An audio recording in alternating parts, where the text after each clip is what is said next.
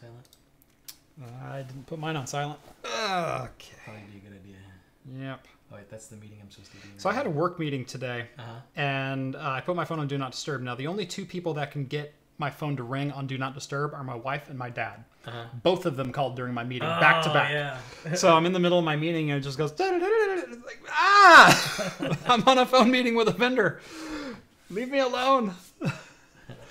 All right. So if YouTube's are accurate, we're live. The YouTube pipes are working. If the YouTube pipes are working. So, not that it matters to any of you fine people, but no stream on Twitch tonight. We're only on YouTube tonight because my internet service provider continues to be crap. Yeah. I'm paying for 1 gig down, 30 megs up. Earlier today and late last night, I tested. I've got 27 down and 9 up right now. Yeah, I have the same provider Jeff does, and it's been, I haven't checked lately, but I've noticed a distinct slowness. But it's been spotty. So yeah, it's been very spotty. So hopefully we're up, we're live. I am recording this just like last week, so if there is a problem with the stream or if we drop out at some point, I will have a full recording and I will upload that later on. So anyway, welcome to Talking Heads. Yeah. I'm Jeff. I'm Steve. Episode 58. Glad you're all here today. Boy, we have a little bit different beverage options on the table this week.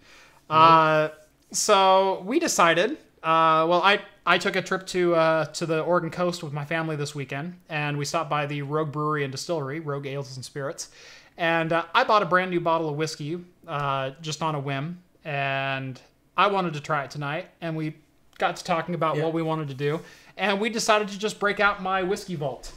So behind me is like 8 bottles of whiskey, and we're going to start off with a cocktail.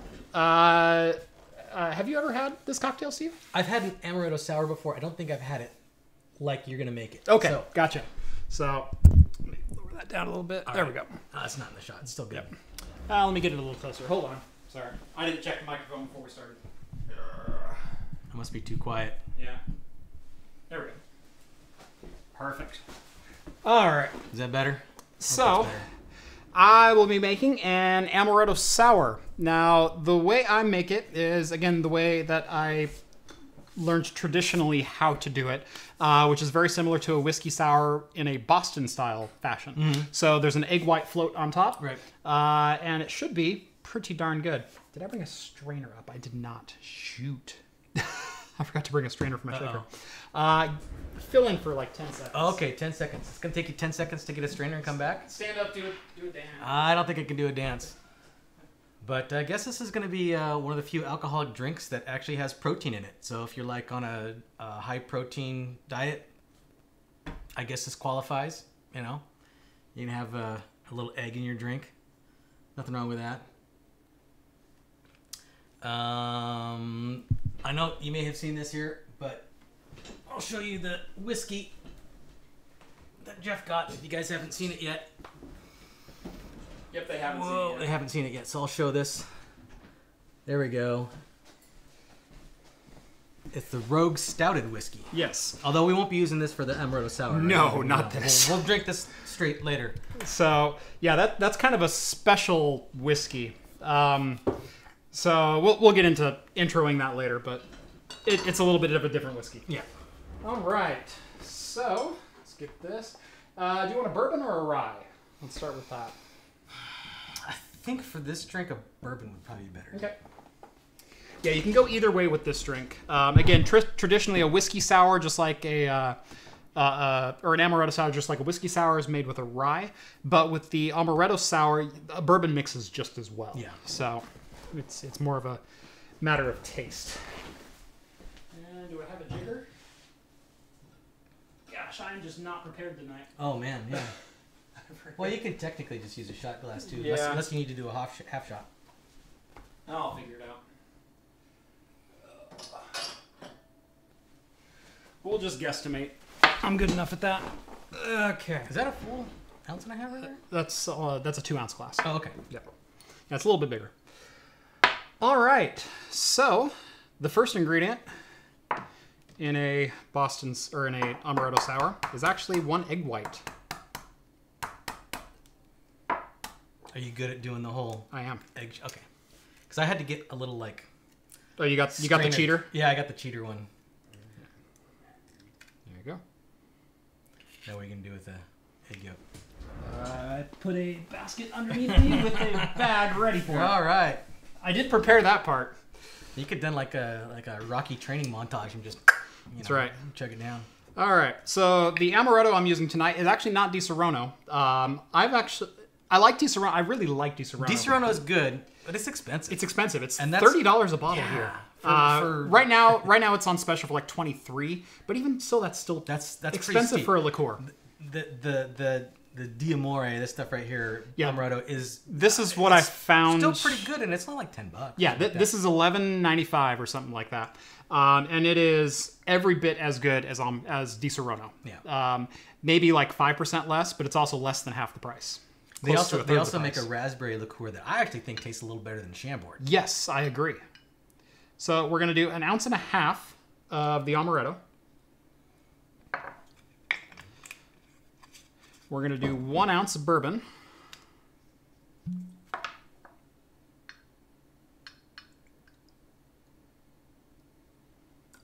There we go. Okay. I don't know. Because you said that was 2 ounces. It looked like it might have been half. I don't know. No, it was a full ounce. Okay. I got it. Okay. I know my glasses. Okay. And then 3/4 ounce of a simple syrup. Yeah. Right about there. All right. Now that that's all together, a couple of ice cubes in there. And this is only a single measure because otherwise getting the egg foam into each glass evenly is kind of a pain. So have to make these individually.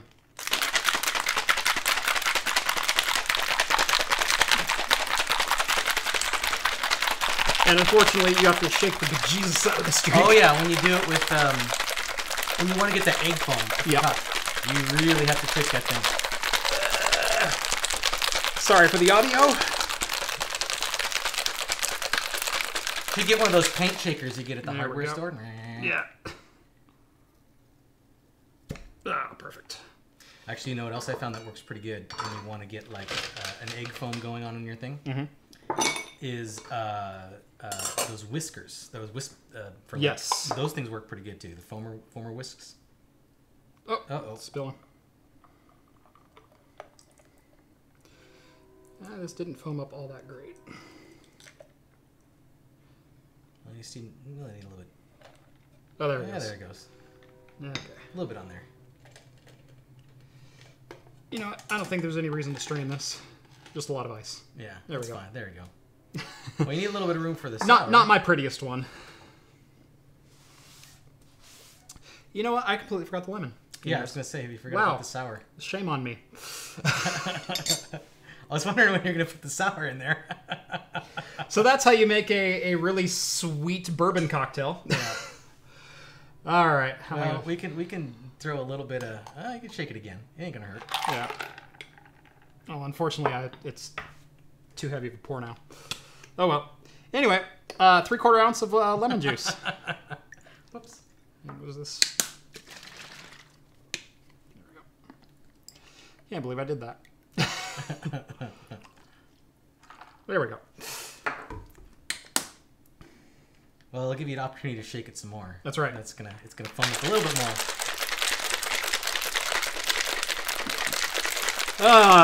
Complete fail. Complete fail. That's all right. All right. Well, that looks a little more foamy. A little more foamy now. In fact, I'm going to just redo your ice. And just completely strain it. Good Lord. That's like the worst straining job. It's a good thing you brought a rag up here. Yeah. This is kind of a messy drink to make, although usually I'm better at pouring drinks than this. Oh, there we go. There we go. Hey, you know what though? That perfect. That turned out not half bad. Yeah. All right. And then technically, there should be a bitters float on the top as well. Oh, you got some Angostura? So I got some Angostura right here. Okay. So there is yours, and hopefully I won't completely bugger up mine. There it is. I'll wait for you to get yours done. There we go. So, just like that. And if you want to get fancy, take a toothpick and kind of wisp it through and draw a kitty or whatever you want to do. The little Yep. All right. I did bring waste buckets up today, though. Just in case we go cocktail crazy a little later. All right. Let's try that again. Egg white.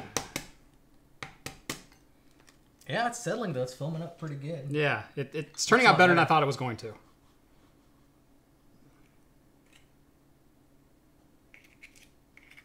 All right. 1 egg white. Let's add our lemon now. Yeah, let's not forget that. Let's sour up that egg pretty good. Yeah. So 3/4 lemon. 3/4 simple.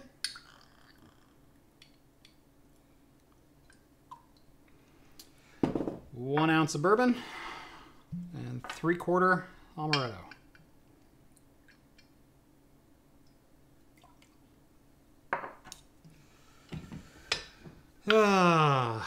Oh, live shows. Can't beat them.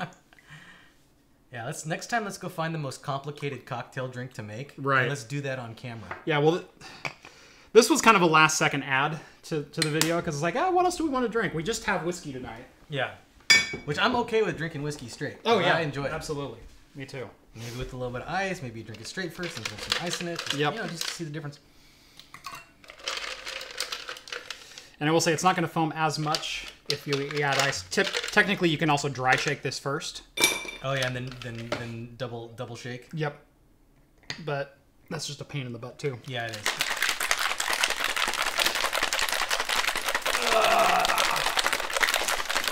Really glad that 52 of you are still watching this. They're like, oh, just see, usually if you're watching the cocktail channels, they can just like fade right through this part and they go, and then they pour. Not this one. All right. Yeah, normally we'd be like halfway through our first beer by now. Right. It's only been 12 minutes. I managed to make 2 cocktails.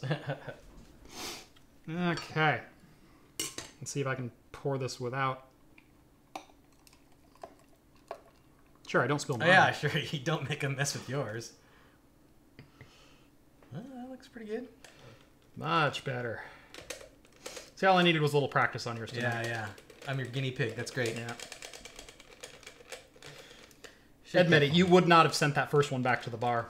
Probably not. I mean, it still looks good. I wouldn't have gone back to that bar, but there we go. And that is an amaretto sour.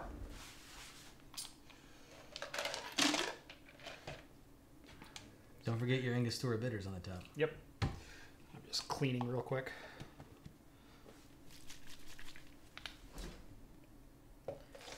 See, we even forethought brought a waste bucket up. I did. Just for the fun of it. All right. It would have been nice just to pour stuff on the ground. That would have been just as fun. Yeah, I see. When I build a proper studio, Yeah. it's going to have a bar area with A wet bar. with just a wet bar, Yeah. so I can, as you're supposed to do as a bartender.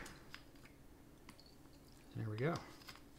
And of course, just restain my desk again. Yeah. Well, I mean, it looks pretty shot anyway. It adds character to the desk. Good lord. You got some green spots. You got some whiskey spots. You got Yep. some burn spots. It looks like. Burn. I got a lot of cup rings. Yeah. A lot of cup rings. Yeah. All right. Enough talk. Let's drink this thing. All right. Let's give it a shot. Cheers, buddy. Cheers. And cheers, everyone. What are you drinking? Tell me down in the comments. Oh man, that is tasty. Mm-hmm. That's probably the best Emerald cider I've ever had. I know it is. All the ones I get at the bar are like way too sugary and sweet. Yeah, This is this just has a perfect. lot of complexity. You can still taste the bourbon in it. The amaretto is sweet, but it's not oversweet.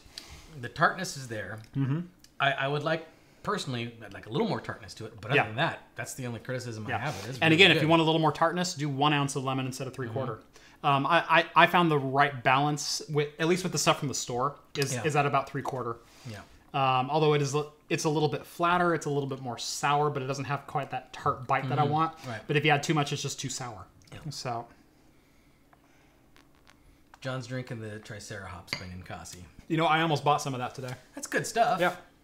I like Ninkasi's IPAs. Yep. Jordan Davidson drinking Bullet. Bullet, that's a good one. Yep. I think we have Bullet Bourbon or Bullet Rye? we got some Bullet Rye back. Yeah, I got some Bullet Rye back here. Wild all right. cherry Pepsi. Okay. Nice. Espresso over soda water. It's still the workday down under. Oh yeah. That's actually wouldn't be too bad. We don't necessarily do the coffee over soda water, but we do coffee carbonated beverages here. Yeah. Just not necessarily fresh or anything like that. So that actually sounds really interesting. Yeah, I've seen Espresso on soda water. Yeah. I've seen the cold pressed espresso all over the place. That's true. Yeah. But not the carbonated. Yeah, not the carbonated. No. That sounds interesting. I could probably dig that. I wonder if you just took like some cold pressed coffee and put it in like one of those soda streams. That's a thought. That's a thought. It's some carbonated coffee. One of my favorite cocktails that I make. This is really good. Especially when I make it properly. All right. With that, let's get to our first story finally. Okay. Now that we've got drinks in hand. Can move on. So, Pabst Blue Ribbon. News. End of a generation.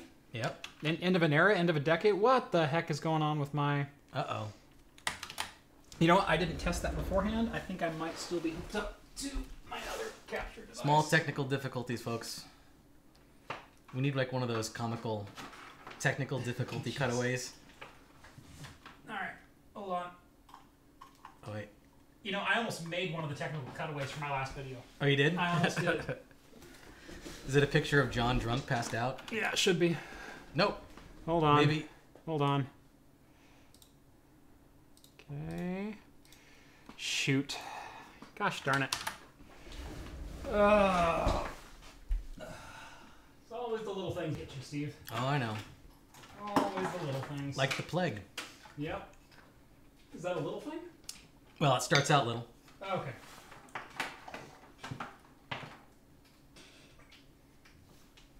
Alright. I have no let's try it idea again. if that will work.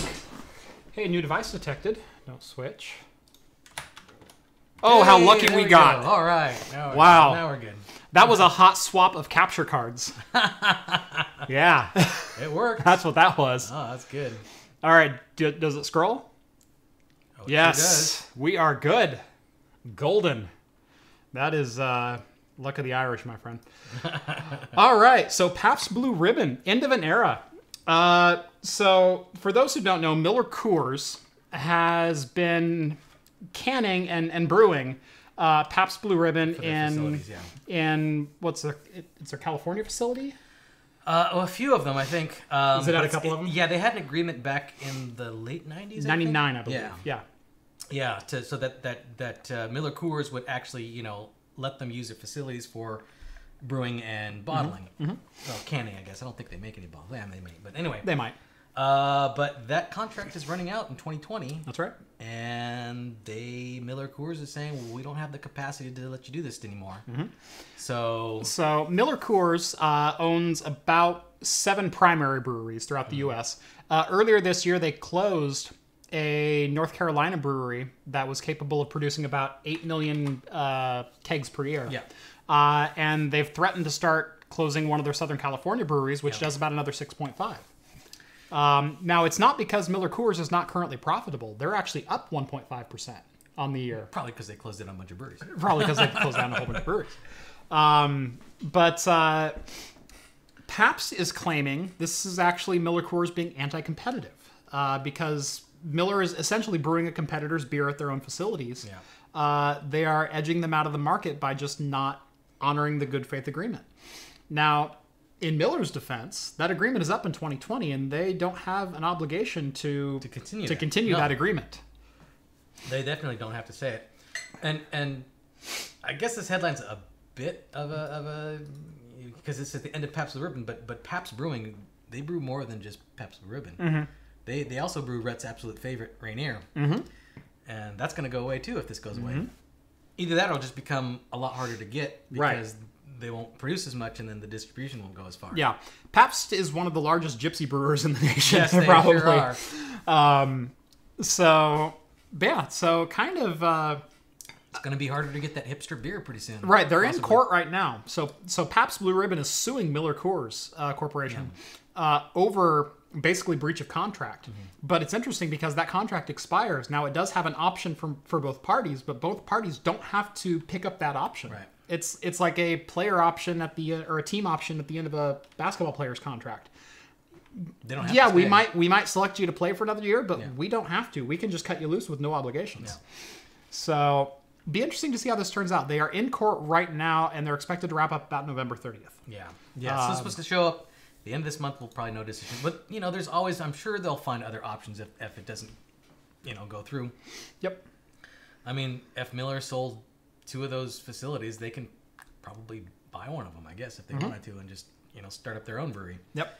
So yeah, Pabst is suing for $400 million plus a good faith effort on Miller's part to maintain the agreement. Yeah. Is what they're trying to get out of him. Now, for $400 million, you could probably start up a brewery that can brew 4 million barrels a year. Probably. Which is what Pabst is asking of Miller. So, be interesting to see how this one shakes out. What if they win and they're just like, okay, we'll give it back if you give us one a year. Tell you what, we'll take the California brewery straight up. Yeah. If you're going to close it anyway, we'll just take it off your hands. Yeah. So, yeah, that could be very interesting. Yeah, let's move right along. I know you all are... there's a couple of questions going on in the comments right now. Mechanical keyboard question. I have some mechanical keyboard reviews up on YouTube. I don't want to get into questions right now, but if you want to ask me later on, usually towards the end of the show, we try to do a brief Q&A session, maybe about 15 minutes or so. So if you can hold on to the end of the show, we will try to get to those. All right, moving right along. Let me get my notes up here. That is not... There you go. What did you do? I think USA Today did this to me. Yeah, probably did. Yeah. Oh, yeah, it'll auto-scroll your articles if you wait too long. Oh, okay. I think is what happened. So, how did you get into craft beer, Steve? How did I start drinking it? Or Yeah. how did I... What was your gateway drug to craft beer? Okay, my very first craft beer, I have to say, is... I think it was Obsidian Stout by Deschutes. Because I didn't really like beer before. I mean, I like cocktails, just like in normal liquor. And Yep. I hated beer because I didn't like the taste of Bud. I didn't like the taste of Coors. I didn't like the taste of beer that everybody else drank. That's where I started too. Yeah. Is I'm a cocktail and whiskey lover at heart, and later on developed a really good taste for gin. And so, I like gin too. I love gin. But I had a friend like, no, I don't want drinking that stuff. Here, have this. And I'm like, dude, this is actually really good. Yeah. And then I just started trying more and more and more, and it just took off from there. I didn't start brewing my own beer until a friend of mine's like, oh, it's not that hard, dude. It's easy. I'll show you. Yeah. And we used his equipment. Nice. And we brewed a batch of porter. We did a porter. Nice. Just straight up porter. It was good. We bottled it, and it was a lot of fun. Made labels for it and everything. And I'm like, I'm just going to keep doing this because it was cheaper. Yeah. I mean, I still drink all different kinds of beers because I can't make like the bourbon barrel aged stuff. That's very hard to do. But I still... Well, you just got to get yourself a moonshiner friend. Yeah. Well, I mean, just getting a barrel that had bourbon aged in it, that's kind of hard. Mm-hmm. Yeah, because those barrels all go back to Ireland. Well, I thought about, and Scotland. There are like little staves of wood that homebrewers use to put like oak flavor into things. Yep. You could technically get those things, char one side of it. Yep. Soak it in whiskey for a year, I guess, or whatever. Buy a bottle of Seagram and just drop it in. Yeah, just drop it in there, just let it sit there for a while, and then you could take those out and use it for something like that. Totally. Especially for small batch. For small batch. Because usually your small batch homebrew is 5 gallons. Right. So that's possible. I don't know if you can get the same flavor or not. You might get a little more oaky flavors to it, but you'll probably get that caramely bourbony flavor that you get with a lot of bourbon barrel aged ones as well. So, well, I was kind of a latecomer to craft brew as far as I didn't get into it until I was probably 26 or 27.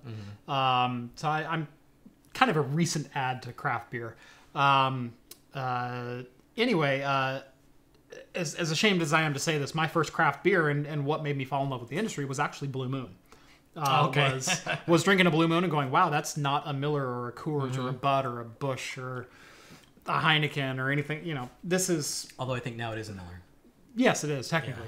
Yeah. But it didn't taste that way. It didn't taste cheap. No, it didn't taste, it didn't taste cheap, yeah. And this dry, boozy flavor that it's like, why am I drinking this? Yeah. This was the first one that I went, ooh, there's something more to that. And that's probably the answer you'll get from probably 50% of the people who are in the craft beer scene is, how did you get into it? Oh, a buddy gave me a Blue Moon one day. It's probably the most common answer that I hear. Anyway, the original creator of Blue Moon is starting a new venture. And God, cannot remember the name of his new brewery. It's Ceria. Ceria. Yeah. Ceria. Ceria. So he's starting up Ceria Brewing. And it's going to be a little bit different take on beer because it's not actually beer. Yep. What it is, it's a THC-infused ale. It's a non-alcoholic marijuana hallucinogen. Or Not a hallucinogen. It's not hallucinogen. It's a hallucinogen was the wrong word. No. It's what makes you high in marijuana. Yeah, so it's the THC. Yeah, it's not THC. the CBD, but the THC. Yeah. Or the THQ, or as John likes to call it, TCL. Tender living care. Yeah. So anyway, he's starting a new venture where he has formed a brewery that is making an ale now, and it's a Belgian white ale that has 5 milligrams of THC infused into it. Right now, he is selling it exclusively in Colorado for some pretty obvious reasons, but he's hoping to expand to Nevada and California in short time.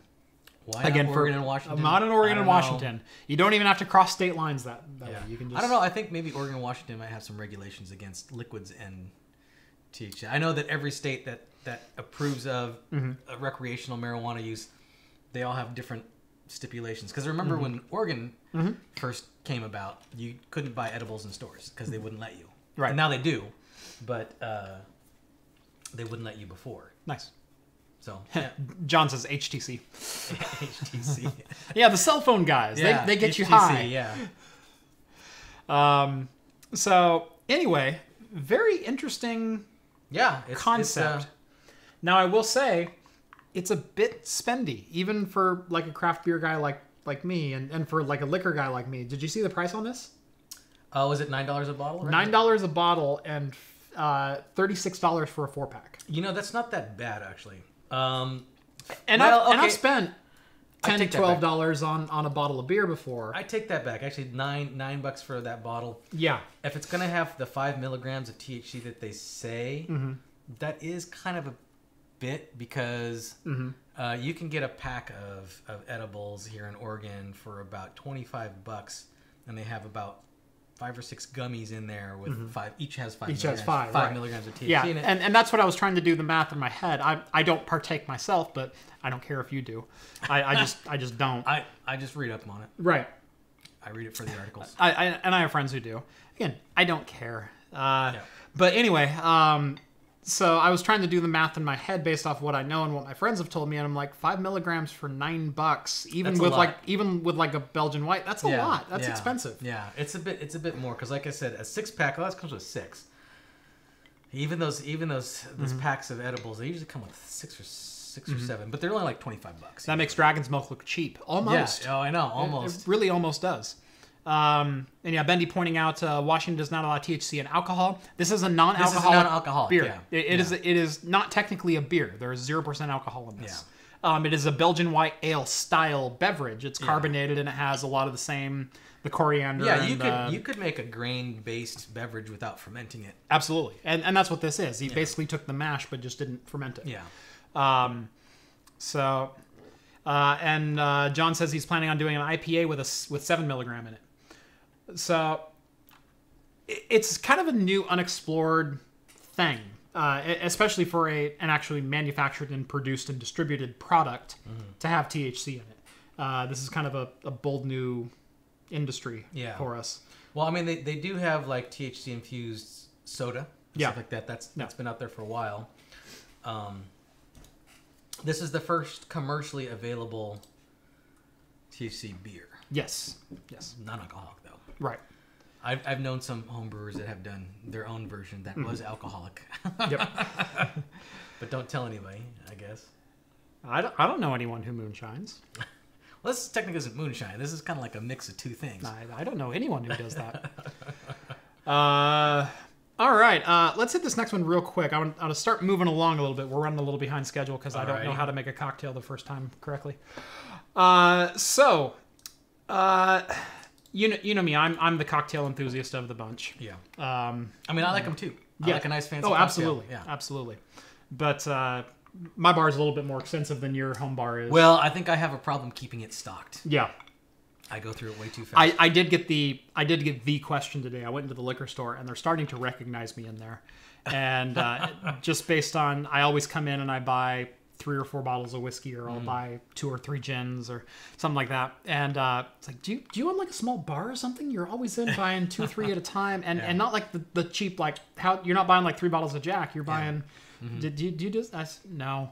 I'm just an alcoholic with good taste. Just me. Yeah, it's only me. So yeah, they're starting to recognize me at my local liquor store. Anyway, so you obviously make cocktails at home. What do you think about the Keurig-like making of a cocktail? I think it's a horrible idea. I think it's. Okay, I'm not the market person for that. Right. You're not the market. I'm not the market for this. No. The craft cocktail enthusiast is not the market for this absolutely product. Not. For the people who live in like small apartments and don't have the room for a full bar or something like that, I could kind of see this maybe working out for them, where they have a little pod with everything mixed in. Because if you read the article, the Keurig part is not that fancy. It is just, it's just water, and depending on the drink that you're making, it either just injects the right amount of water or injects the right amount of carbonated water. Right, exactly. So it's got a tank of water and it's got a tank of CO2, and you put in a pre-done pod. If you scroll down, you can see the old-fashioned pod. No, right a little further. A little further. Right there. Oh, there it is. Yeah. So that's the old-fashioned pod, and just like your Keurig K-Cups or your Nestle pod espressos, Nespresso, I guess, just like those devices, you pop this in the machine. The machine reads a code on the top of it and adds whatever it needs to make that beverage. Yeah. Here's the problem: is while they are trying to do it the right way as far as the quantity of alcohol and the taste of everything, there's no real way to customize this besides adding just a little bit more liquor on the back end or changing up some of the ways you're serving it. Yeah. If you want to use a different bourbon in your old fashioned, can't do it. You want to use a different type of gin in your gin and tonic, can't do it. Can't do it. And like this old fashioned here, the way they're doing that is they're actually using a cask strength whiskey that will then be watered down in the process. Yeah. Which is not a bad way to go. That's essentially what breweries do. Is they'll take it out of the cask at 74%, and then they'll add distilled water to it or whatever their local tap is to bring it down to 80 proof, and then that's your whiskey. Speaking of which, we have a cask strength whiskey behind us. Oh yes. That's what that is. Single barrel cask strength. We'll explain that later.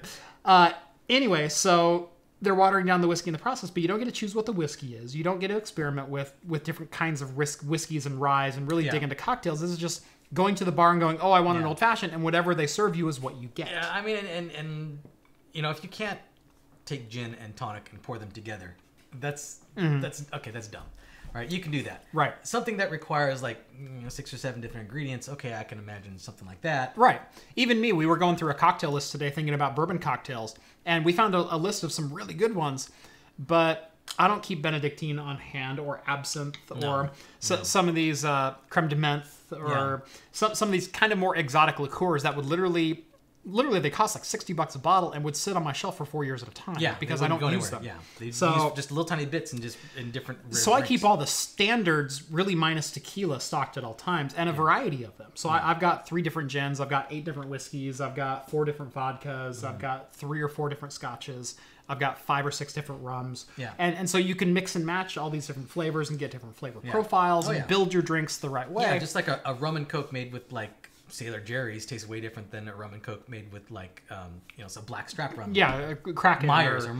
Yeah, tastes way different. Exactly, and so without that freedom to choose those ingredients, you're just going, I'll take an old fashioned, and they serve it to you, and you go, no, that's okay.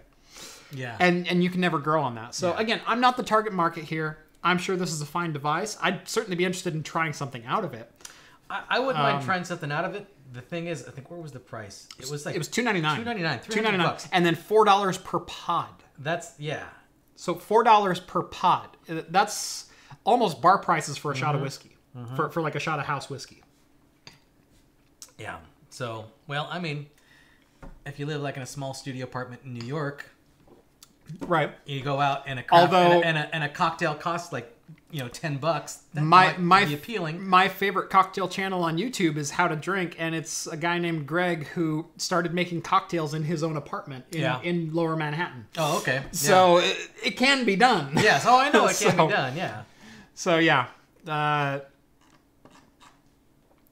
I'm like I said, I'm not sure who the target market is, especially at that price. I don't know either. The casual cocktail drinker is not going to drop $300 on a Keurig machine and then $4 every time they want to have a drink. If you've got that kind of money, you can learn how to mix this up, and it's not that difficult. No, it's not that difficult. And the thing is that $300 price mark doesn't really make much sense to me when a SodaStream, which isn't that much more complicated. I mean, I know that there's some electronics and bar reading and stuff like that. Yeah. A SodaStream is under $100. So you could make something like this. You should be able to sell this for $150, right, and still be okay, right? Because just like with the Keurig coffee pods, it's not the Keurig machine that they make money on; it's the coffee pods that they make money on. Regan wants to know for $2 donation: is that an H81 board behind me? Sorry, I'm late. I actually don't even own anything out of the 80 series of chipsets. I do have a Z97 up here somewhere, I believe. I think it's a Z97. I've never personally owned an 80 series chipset, so no. I'm assuming you mean this board over here, and that was my Z370 from the last video. That's going into a case this week. So, do I like wine? I'm not a huge wine drinker, but I do appreciate a good glass of wine. Yeah, from time to time. I do. I actually got into wine a little bit before I got into beer more. Yeah. Because we do live in an area that has quite a few wineries, and I've been on a few tours and stuff like that. And, yeah. I've been on a few tours. I've been on a couple pairings and things like that. I like some chocolate and nice Gewürztraminer. It's not bad. It's pretty good pairing. Yep. So yeah, it's fine.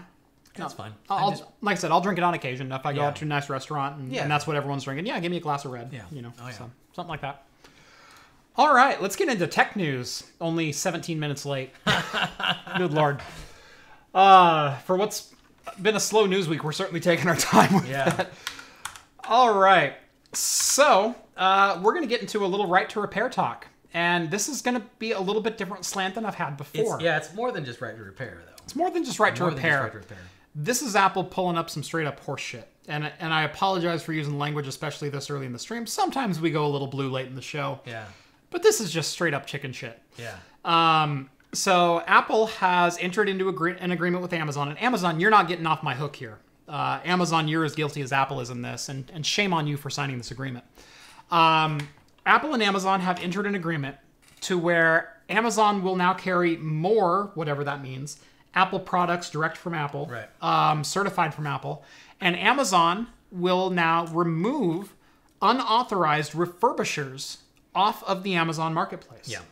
So that means places like iFixit that sell unauthorized screens and repair tools, they're getting kicked off of the Amazon marketplace. Places that sell refurbished Apple laptops, that like a 2011 MacBook Pro, those are getting kicked off of the Amazon marketplace because Apple said so. And I'm furious about this. Not only is this Apple controlling who gets to buy and sell their stuff, but they're also using this as a control of end of life for their product. Absolutely, they are. So I'm going to go in, and this is straight up monopolistic tactics by Apple, buying out essentially a public marketplace and forcing a retailer to do your bidding, which is what they're forcing Amazon to do. Retailer. Now, of course, these guys can still sell from eBay and Craigslist and all these other places, but they're taking the number one marketplace. They're taking the number one market. Yeah, they're the easiest place too, because the Amazon marketplace, they can just ship a bunch of their stuff to their to a warehouse, and then Amazon does the shipping for them. Right. So the reason this is chicken shit is Apple is not only determining who sells their products first party, which they do have every right to do under copyright law, under original retail law, under trademark licensing. They have every right to say, no, you are not allowed to sell this device as a primary seller. Right. As selling as a new product. You are not allowed to do that. However, the Supreme Court has ruled that people who legally own a product may resell it, and federal law protects that right under something known as first sale doctrine, which says that copyright holders give up their copyright to individual copies of work once it is sold. The first sale doctrine, codified at 17 U.S.C. 109, provides that an individual who knowingly purchases a copy of a copyrighted work from the copyright holder receives a right to sell, display, or otherwise dispose of that particular copy, notwithstanding the interests of the copyright owner, end quote. Yeah. And that is quoted directly from Motherboard's interpretation of that ruling. I fully agree with that interpretation of that ruling. Well, I mean, just like you can go buy a DVD of a movie, and then you can take that DVD and resell it. Right. You're not a movie distributor, but Right. you bought that from Paramount. You bought that from somebody else. I can go buy a copy of, I don't know, The Last Jedi. Let's say I go buy The Last Jedi. And I put it in my player, I play the movie, I watch it one time, and I go, you know what, I just don't need this disc anymore. I'm going to sell this disc. So I get on eBay, I sell that disc. Was it because the movie sucked? It sucked. I didn't say that. It sucked. I did not say that. It sucked. I partially disagree. But we're not getting into that now because that's completely off topic. Okay, all right. It's bad enough that Star Trek throws us off, but don't get me off in Star Wars talk too. I refuse to go down that road. Okay. So let's say I don't like the movie. Okay. And I sell it on eBay. Yeah. Lucasfilm and Disney has no legal rights to prevent me from selling my legally obtained copy of The Last Jedi second party. Yeah. They have no standing on that. And anyone who says otherwise is going completely against the law. And Apple is skirting the law by signing an agreement by saying, well, we're going to let you sell more Apple products, which they already sell new Apple products. Yeah. I don't understand what they mean by more or wider selection. You already sell everything that Apple does. You're already an authorized Apple retailer. Right. Whatever the hell that means anymore. Clearing the Amazon marketplace of authorized or of unauthorized refurbishers is a slap in the face of first sale doctrine and of right to repair and of end of life and of consumer choice. And it is something you should absolutely be aware of and absolutely fight with everything you have, because that's, I've said it 3 times already. I'm not going to say it again. Yep. Steve, your thoughts? Apple's an evil company. You know my thoughts on Apple. Yeah. I've never been a fan of Apple too much. And that's just, maybe a little smug, but yeah, it kind of proved my point. I knew it all along. I will say that in the early 2010s, so 2008 through like 2012, Apple could really do no wrong. I mean, they created the iPhone, they created the iPad. Their laptops were absolutely top of the game, top of anyone's game. I'll give them the laptops. Yeah. And whatnot. And during that whole phenomenon, they kind of started believing their own bull. Yeah. And whatnot. And while they were selling bull at the time, as far as the whole ecosystem, the most advanced operating system, that HP does the same thing. Trust me, I've been on the phone with HP for the last 6 days dealing with crap that you guys don't want to know about. But talking to these companies, and whatever they're selling is literally the best and most advanced and most stable and most robust ecosystem and most support and rah. Every company does that. I don't disparage Apple for saying those things on stage. What I disparage is them starting to buy into their own bull that we are the most advanced and we no longer have to listen to our customers. And that's what Apple has started doing over the last 5 years. That usually happens when people get too big for their britches. Right, Yeah. That's exactly right. And over the last 5 years, Apple has gotten too big for their britches, and they're starting to believe and smell their own farts and believe that they're gold. Yeah. And it's led to this, where the only thing they care about is the ecosystem and catering to, as I've said before, kind of the soccer mom of, oh, look at the pictures that I took. Wouldn't it be cool if they're just on my desktop as soon as I get home? You can tell it's starting to go downhill, because they used to have, whenever they did, their press releases and whenever they had announcements and stuff, it was big news. Yeah. Right? There's people who lined up all over the place. People lined up out the door. And people don't really do that for new iPhones anymore. Not anymore. Not anymore. They're small lines, but not like they're used to be. Not. People used to buy like 6 or 7 of them so they can resell them. Yeah. People don't do that anymore. People don't do that anymore. They don't do that anymore. Yep. So there's been some questionable moves by Apple in the past, and I've even this been one's way up there with one of the worst. I think. And I've even been vocal about Apple using customs enforcement to now seize Louis Rossmann's property. I talked about that last week or the week before. Yeah, I think it was last week. Yeah, where they're questionable, but they're kind of in the right if they really want to force the law and whatnot. Yes, they're legally right there in some regard. This is just straight up bull. This is just straight up market manipulation, monopolistic, using their position in the marketplace to squash competition and to dictate what happens with their products after they have sold them. And that crosses the line. And it's squashing the little guy, too. I mean, Yeah. it's squashing the guys who use this type of thing for a living. There are people who make their businesses refurbishing Apple equipment, refurbishing laptops and reselling them. Yeah. And they sell them on Amazon, and they give them a fair grade, and they support their products and everything else, just as Apple would. And they're being forced out of the marketplace and literally forced out of business if this goes through and this works in Apple's favor. And it's absolute... It's crap. It's absolute crap. Apple, shame on you, and Amazon. You make some questionable decisions too. This is up there as well. Yeah. As far as allowing Apple to manipulate you like this, regardless of your payday. You are weakening the marketplace by doing this, and shame on you.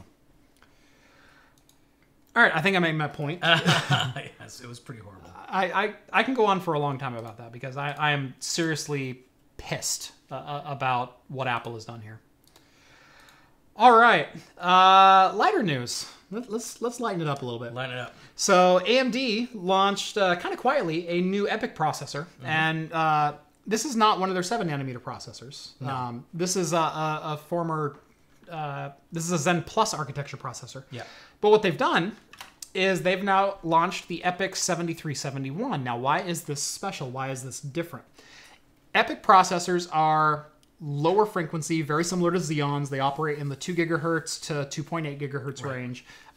Multi-thread enabled, many RAM channels, so eight channels of DDR4 memory, a lot of PCIe bandwidth, a lot of memory bandwidth, a lot of cache, all that kind of good stuff. Server grade stuff. Right, server grade stuff that the common person wouldn't care about. Yeah. This is AMD kind of quietly sneaking in a workstation class chip.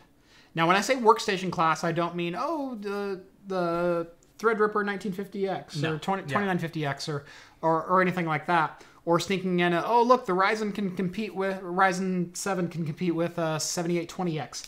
When I say workstation class chip, there's a specific type of machine that I'm talking about, and that's a high core count, high thread count, high frequency, ECC supported, 100% cache backed, etc., processor. And that's typically where the Xeon Ws have come into play. Yeah. The Xeon Ws are single socket Xeon chips that have ECC memory support, really high memory support, whereas a Ryzen chip can support 64 gigs of RAM, and a i7 can support 64 or 128. These are chips that support like 384 gigabytes of RAM, or half a terabyte or 1 terabyte of RAM at a time, and sacrifice nothing, but you also get the frequency performance along with it. This is a new chip that its base clock is 3.1 gigahertz, its all-core turbo is 3.6, and its max single-core turbo is 3.8. For a workstation class chip, that is insane. That is very good. Right. I mean, and that's great for like developers who are working with, big data or anything like that. That's something like that would be awesome. Use that at work.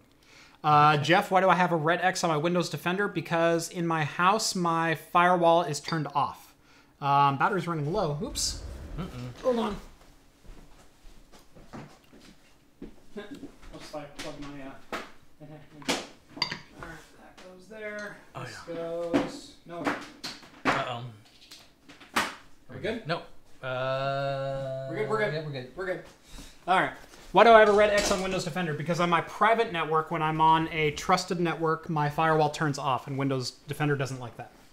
When I go into public network, my group policy setting turns my firewall back on. So, you know that little box that comes up that says, hey, you connected to a new network. Do you want to trust public this? Or private or it doesn't even say that anymore. It just says, do you want to allow other devices to see your local files? And if you click yes, you're on a private network. If you click no, you're on a public network. Yeah. Well, what mine does is it doesn't just allow the firewall to let those ports go through, it just turns off the local firewall. But that only happens on my home network. So, because I do a lot of internal testing with work stuff, that sometimes the firewall just gets in the way and it's a pain in the ass, and it'll take me more time to allow the ports than it does just to disable the damn thing. Yeah. So instead of disabling my firewall entirely, which you shouldn't do, when I'm on my home network, it disables my local firewall because I have an external firewall, which is fine. And I trust every device on my own personal network. Yeah. So audio out of sync again. Suck it. I don't care. It usually syncs back up. It usually syncs back up. Or sometimes refresh your YouTube page. Sometimes that'll help. We're done. We're done. So we're ready for a little bit of whiskey sampling. Yeah. Let's get to it. Do we want to start with the Rogue? Or do we want to start with something else? Let's start with something else because the Rogue will pretty much kill your palate. Oh. I'm scared now. It's got some fire to it. Okay. Let's not do that then. Have you had this one before? I think we've had this one before. Yes, we've had that one before. I think we've even had that one on camera before. Yeah. You know what? This is a stouted whiskey. This is so let me introduce the whiskey. Yeah. On camera. So over here where you can actually hear me. So this is the whiskey that I picked up. This is the Rogue Ales and Spirits Stouted Whiskey. Rolling Thunder Stouted Whiskey. What this is this is Rogue's Dead Guy Whiskey, which I've had before and it's okay. It's not my favorite, but it's okay. Yeah, it's okay. It's a little spendy for what it is. It's a little spendy. It's like $45, and it's a solid bourbon, but it's like they have a hazelnut whiskey too. Yeah, they do. And it was the same price, and that one I thought was actually better. Yes, I agree. So Bendy, Seagram's was actually pretty good. Thank you. Yeah, I saw you bought a handle of it up earlier. I just didn't get a chance to comment. Yeah, Seagram 7's a really good all around good whiskey. Inexpensive whiskey. That's my house whiskey here. Bird, do you have a good 10 gigabit switch? Thinking of getting one. Stay tuned in about 2 weeks. I have a 10 gigabit switch review coming up that is quite affordable and not used, brand new. So anyway, this is Rogue's Rolling Thunder Stouted Whiskey. This is their Dead Guy Whiskey that they distilled and aged in New Oregon oak, as is required to be called a whiskey in the United States. In barrels that they build by hand in Newport, which is really cool. The whiskey is then poured out of the barrels, and then they age their Rogue Thunder Imperial Stout in that same barrel for a year. Then they pour the Rogue Stout out, then they pour the whiskey back into that barrel, and re-age the whiskey in the stout barrel for an additional year. Then they pour it out, and here's the difference. Most whiskey that you buy on the shelf is between 80 and 90 proof. It's between 40 and 45% alcohol by volume. What they do is when you ferment the whiskey, or when you distill the whiskey, it ends up being fairly high proof. Sometimes like 150 proof, up there, 75, 80%. You have to like break right. it up. You have to like cut it up. Right. So what they will do is they will pour the whiskey into bottles, but they will cut the whiskey with water or sometimes other spirits or minerals or things like that. To bring it back down to 80 proof. So it's 40% alcohol by volume. This is what's called a cask strength whiskey. This is the unwatered down version. This is the unwatered down. This is literally they poured the barrel into a bottle. And this is also a single barrel whiskey. Yeah, I was gonna ask if it was blended. This is not well, you can have multiple barrels and still not call that a blended whiskey. As long as it's the same recipe? As long as the same recipe aged the same amount of time. Yeah, okay, all in the same barrel, same location. Right, that's not it. Straight only means same location or same distillery.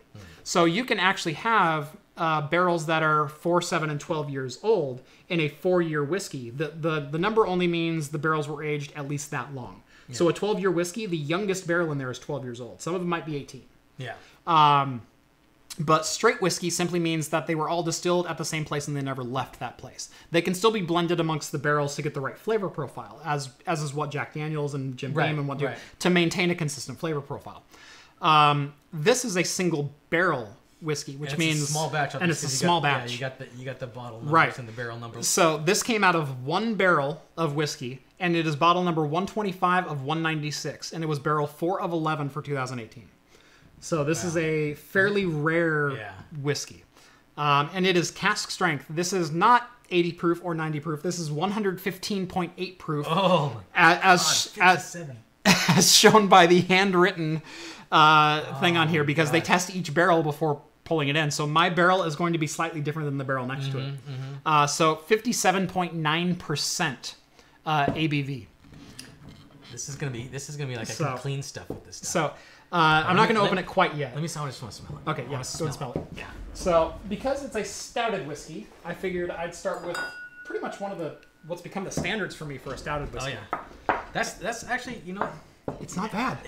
I didn't smell it because I was expecting to sniff rocket fuel. Yeah. But no, it's not rocket fuel. That's the crazy thing about it. It didn't curl my nose hairs. No, it's strong. It'll make you grow some chest hair. Okay. But it's not going to burn the hair off your ass. But I do love the Jameson's Caskmates. Right. So this is the Jameson Caskmates Stout Edition, and this is what you could also call a stouted whiskey, where it's kind of the same process, where it's aged in stout barrels. So they made the whiskey, poured the whiskey out, put stout in those barrels. I don't think they ever say which stout. This was a collaboration with, I thought it was an Oregon brewery. Really? I thought it might have been Deschutes. Well, that would have been their Obsidian then. Yeah. I need to look it up. But there was I believe it was a local brewery that did this with them. Should look that up. So I'm going to try to stick to 1 ounce pours so we don't get off our rocker too far. We never do that. Well, yeah, never. All right, so this is the Jameson Caskmates Stout Edition. All right. Cheers to you all as we get into the next one. Worst whiskey you tasted. Worst whiskey I've tasted. That benchmark was pretty up there. Oh, yes, I did taste it. The benchmark 8, the McAfee's old number 8 benchmark, that was pretty awful. Actually, I have 9 bottles of whiskey here. Yeah. The 9th is in the closet for that very reason, because it's terrible. The worst one I had, I don't know what it was, because John had it in a decanter at his house. Yeah. Maybe he can chime in. What was that whiskey you had in your decanter, John? I think I had that one as well. That was just a couple years ago. That was really bad. So Black Velvet is a Canadian whiskey that I will never touch. Oh, yeah. Because that stuff is awful. Too. Yeah. The really cool thing about this one is you can smell the stout on it. It's got a... You can almost taste the stout. You can almost taste it. There's some coffee way deep in the smell of it.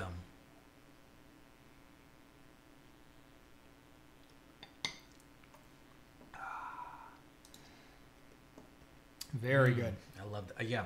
I mean, I like just normal Jameson too. Yes. But yeah, normal Jameson, Black Barrel. Got to go Black Label. Yeah. Yeah. Well, I mean, even just normal Jameson, I don't mind. I'm not a huge fan of the Jameson Red, and I think it's because is that the normals? Because it's the normal Jameson. Is that what they call it red? No. Yeah. The normal Jameson is the red. This is the Black Barrel. Yes, I've had the Black Barrel too. That's really good as well. Yeah.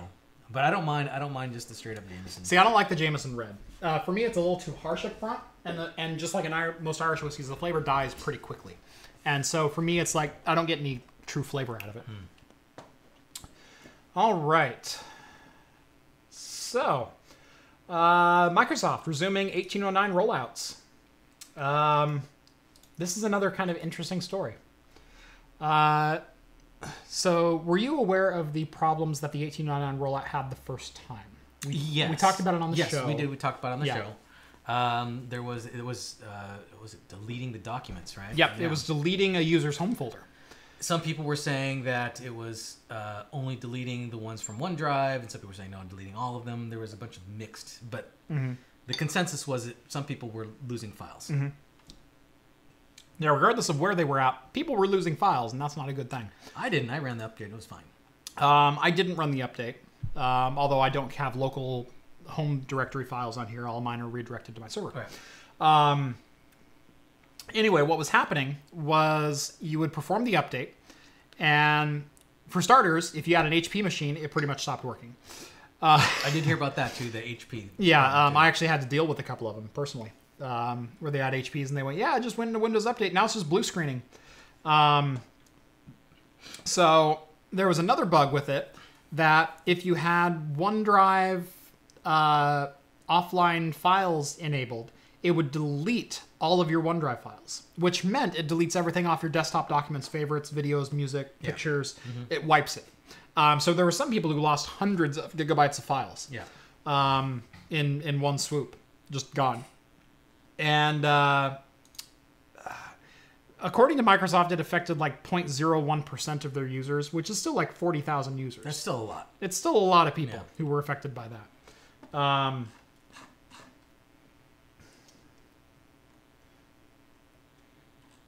Sorry, I just got a weird notification on my Discord. Anyway, so yeah, there were still quite a few machines affected by that, but enough machines that were affected by that they had to pull the update. So Windows has since reissued the update and issued the following statement that in early October, we paused the rollout of the Windows 10 October 2018 update as we investigated isolated reports of users missing files after updating. We take any case of data loss seriously, and as I noted on October 9th, we have thoroughly investigated and resolved all related issues. Even though they issued the update first, and then people lost files, so they pulled the update, then reissued it, and then people lost files again, and then they pulled it permanently until they could resolve that bug, outside of the HP bug. Yeah. So they've already pulled this review or this update twice from their market. In addition to extensive internal validation, we have taken the time to closely monitor feedback and diagnostic data from our Windows insiders and from millions of devices on the Windows 10 October update, and we have no further evidence of data loss. Based on this data, today we are beginning the re-release of the October update by making it available via media to the advanced users who seek to manually check for updates. As with all Windows releases, we will continually to carefully study the results, feedback, and diagnostic data before we begin offering the update in phases to more devices in the coming weeks and months.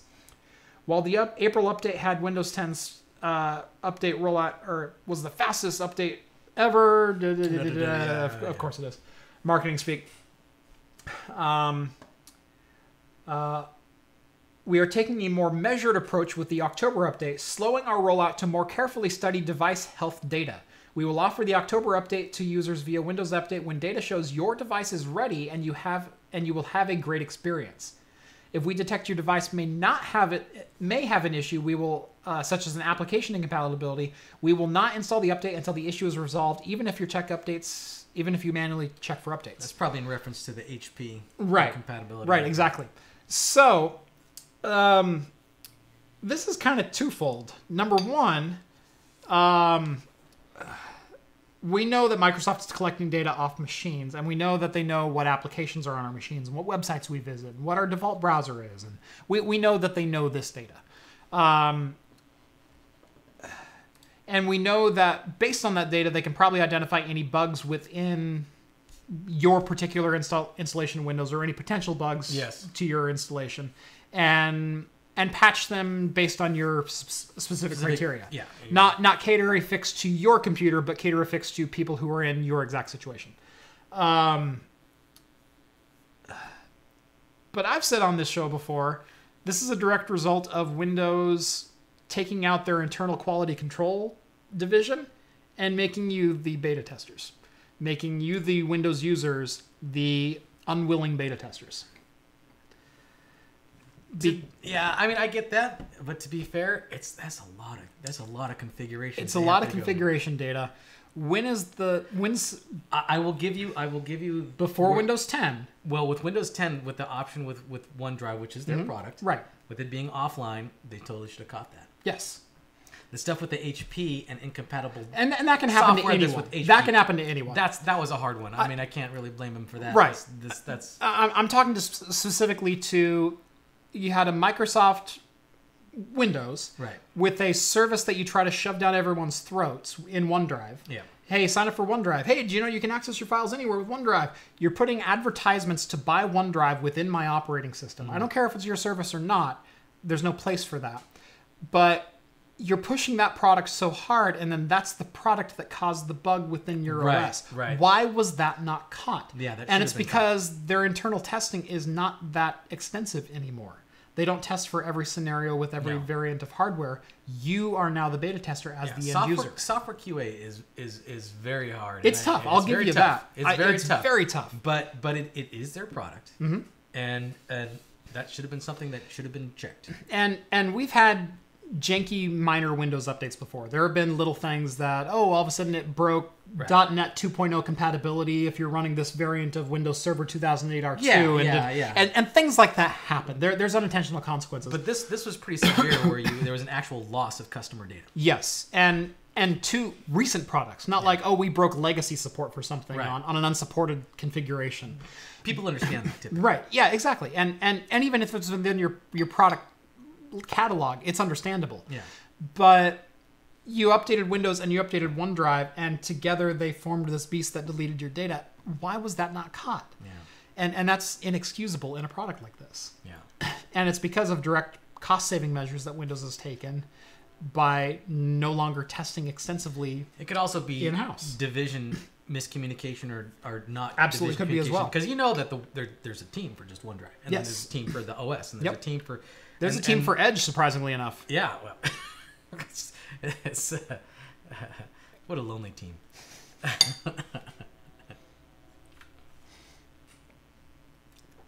So yeah, I mean, there could be just like, communicate. Hey, you got to test this type of a thing, right? Or this is a new feature we put in, we rolled out. You got to test it when you do the update. Maybe there was miscommunication there. Who knows? Who knows? Or no communication. We probably know that. Yeah.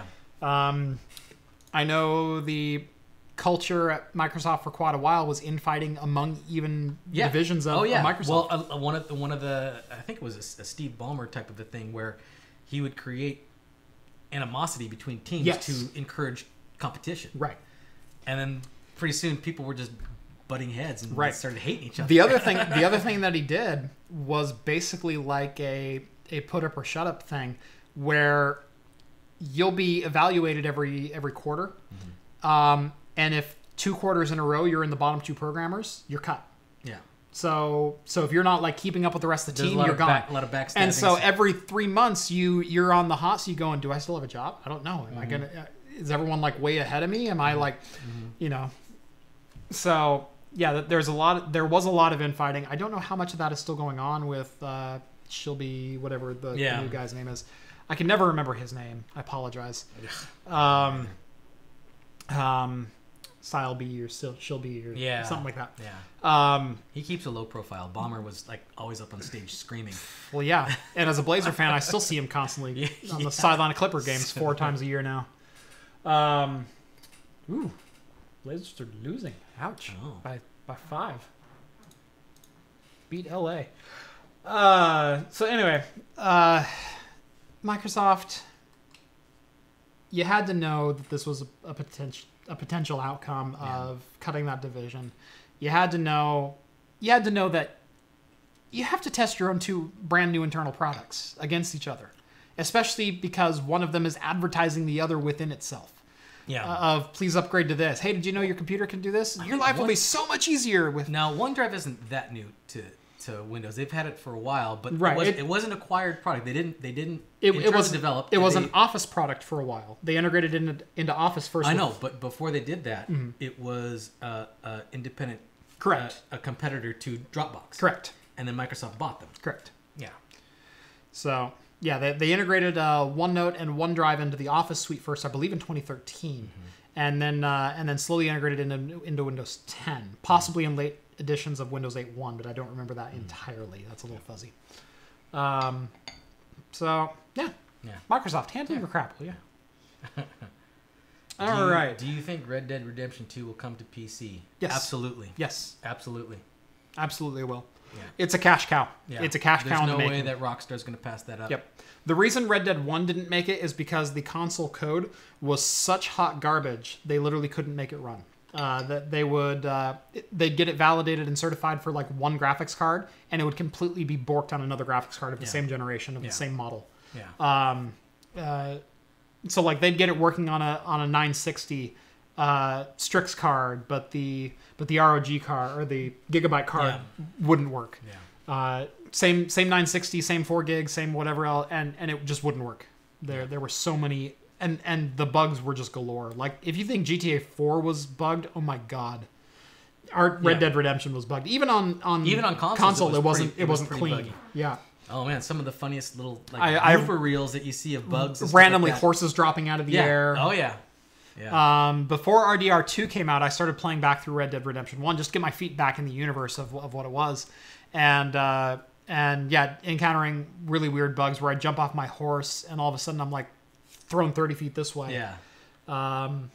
And the cut-ins of characters and whatnot. If you ride too fast for too long, you'll get ahead of the cut-ins of things, and you'll start running into wagons that just appear in front of you. Have you started playing it? Because I know you went and bought. Oh god, yeah. Okay. Oh god, yeah. And you like it so far? I'm hooked. Okay. I love this game. Okay. And my Arthur is a bad man. He's a bad man. Yeah. I will greet everyone that I see. If I'm passing you on horse, hey buddy, how's it going, partner? Hey partner. And if you don't greet me in kind, you're going to die. So did you punch any suffragists? I didn't punch the suffragists. I just made it to send any. Oh, okay. Or send any, or whatever they call it. I just finally made it there. Or whatever. Yeah. Let's skip this one. This one's boring. Oh, okay. We'll skip it. So the Senate is calling on the FTC to investigate ads that are being placed in children's apps on mobile devices. And as the father of two, this kind of caught my eye because it's been something that I've been aware of for quite some time. Now, for those who have been following my channel for a while, you know that I run Pi-hole here in my house for DNS, and so we're ad blocked on most of our devices, including our iPads and tablets and things like that. I'm as well. Yep. And that takes care of a lot of the in-house ads.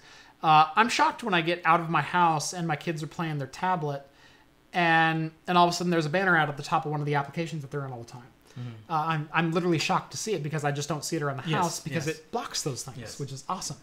But I've always been a little fearful of Google's ad delivery service or whoever's ad delivery service because you don't necessarily have to use Google's to deliver to an Android device. Whatever ad repertoire service. Whatever they want to shove down there, they can do it. Exactly. Yeah.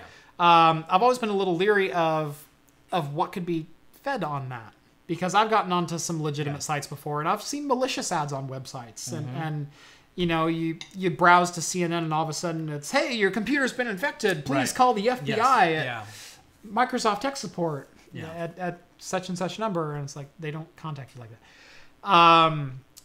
So even the best ad delivery services can deliver malicious things. But what about inappropriate things for my 5-year-old daughter? So Journal of Development and Behavioral Pediatrics recently did a study where they said there's prevalent advertising in apps that are marketed towards kids. And whether or not those apps or those ads are appropriate, should there be ads allowed in apps that are marketed towards kids? Which I think is a very valid question. Now, unfortunately, that is a revenue stream for those apps, but how many of those apps are just shovelware?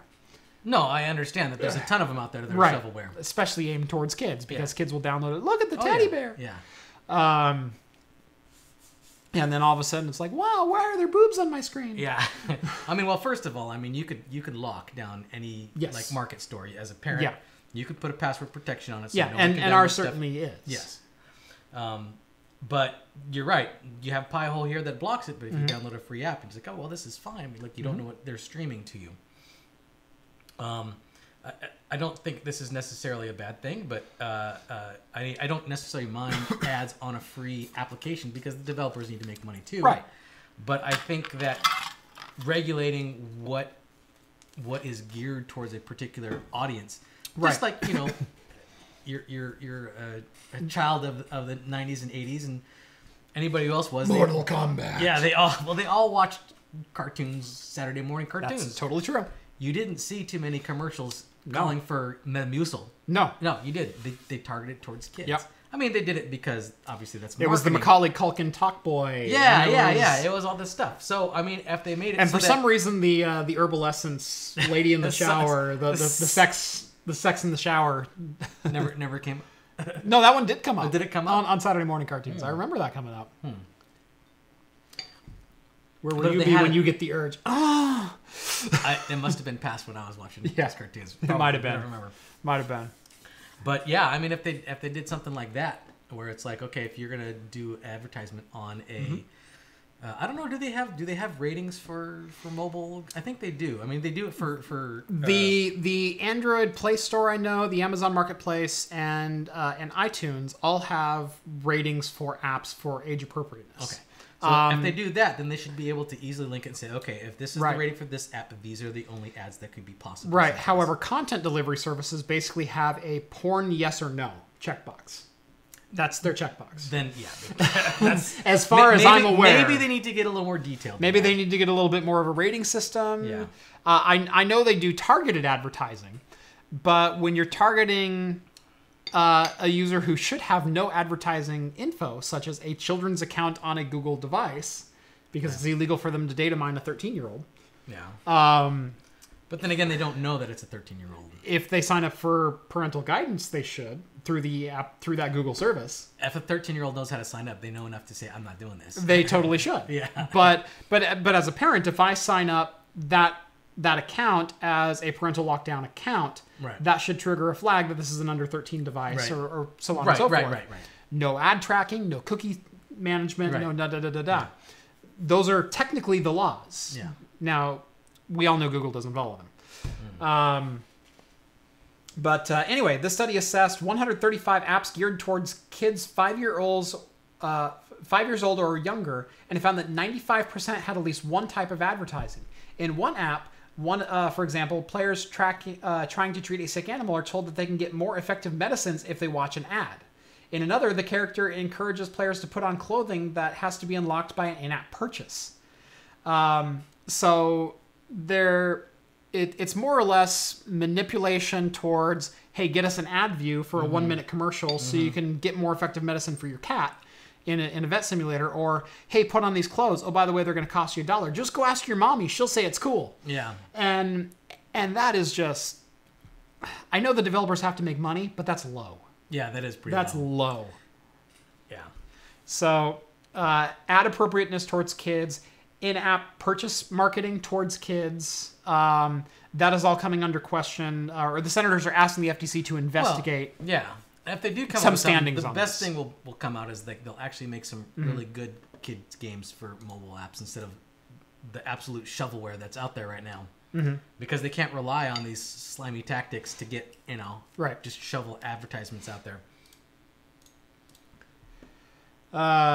Checking GameSprout or other gaming channels. The RDR2 needs a lot of patches, and horses are really bugged. There's some bugs within RDR2, but as someone who played RDR1 a lot, it's way less buggy already. And it's very reminiscent of early launches of GTA 5, where the cars were bugged, or I'd go to unlock a car and all of a sudden the car's sitting sideways and it rolls on top of me. Or I punch a car and it shoots across the map and blows up. Yeah. Those kind of things happened in early releases of GTA 5. Now, GTA 5 was one of the cleanest console ports of all time. It was amazingly well optimized for PC. Rockstar did say that they were developing it with the PC in mind from the ground up. Exactly. And there's no doubt that they're probably doing the same thing. I guarantee they're doing the same thing with RDR2. Yeah. But if you say you're going to do that with RDR2, your sales of your console game are going to go down because people like me will wait. Yeah. Now, I didn't wait. I bought it for full price on Xbox One, I know and I'm several- going to buy it again. I know several people who... I'm part of the problem, and I admit it when it comes to this game. There are a lot of people who do that, who own both consoles and PC, and they're like, well, this is such a good game. Yep. And people want to get a jump on it and play it. Even if I had a console, I probably still wouldn't buy it. Just because I don't like using a controller. Mom, what is sax? I heard them talking about it in a video, but look, I've cured my kitty. I killed my kitty. Yeah. Oops. Well, it's because you didn't know enough about sax. That's right. You have to If only you'd watched the video on you have sax. to ask Michael Bolton. That's right.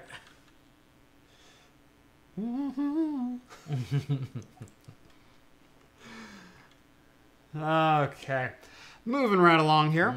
Unfortunately, that's all of our tech news for the week. It was kind of a slow week for that, but we did come up with some gaming news. Yeah. So first off, kind of a studio buying frenzy over the last week. There's been a lot of rumors about this happening. Yeah. Especially since I don't know if anybody really wants to. I don't know if they want to call it console war. People get really behind Xbox One versus the Sony PlayStation, or Microsoft versus Sony, and I think Nintendo kind of just skirt by on their laurels regardless.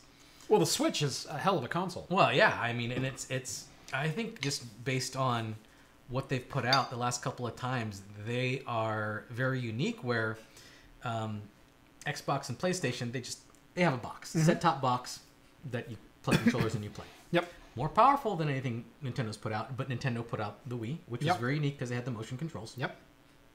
Then they did the Wii U, which had the little tablet thing, which was also unique to that.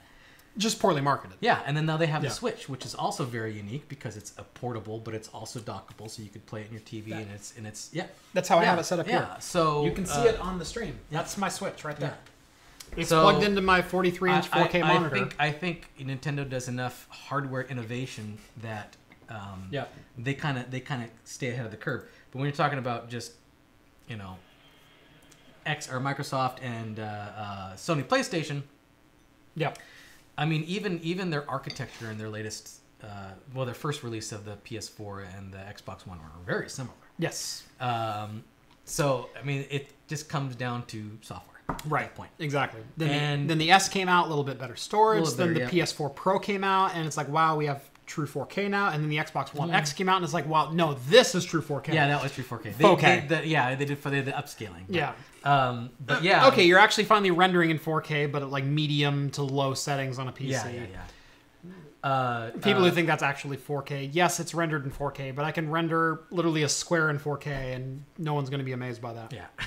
Yeah. So resolution's just a number. With Microsoft kind of being behind the curve right now, there's been a lot of speculation that they start buying out some studios so they can get more exclusive content. Right, because PlayStation's been kicking their butt for exclusive content for the last couple of years. Yes. I mean, they've got the God of War franchise. They've got Last of Us. They've got.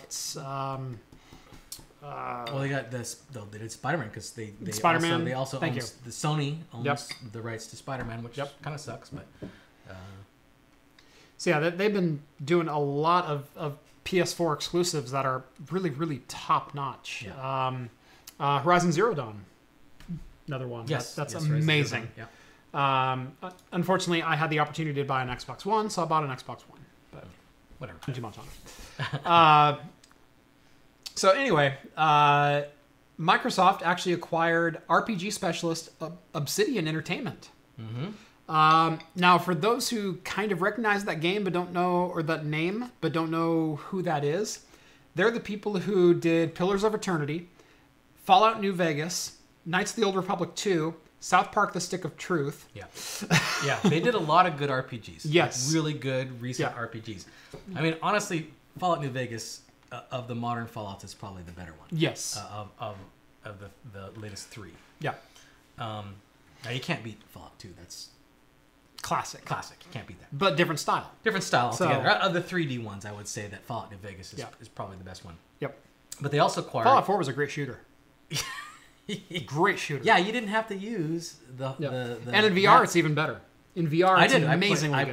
I played it in VR, and it was actually quite fun. Amazingly good in VR. Yeah, it was actually quite fun. But not a great RPG game. No. But anyway, so Obsidian Entertainment, no stranger to triple A good RPG games.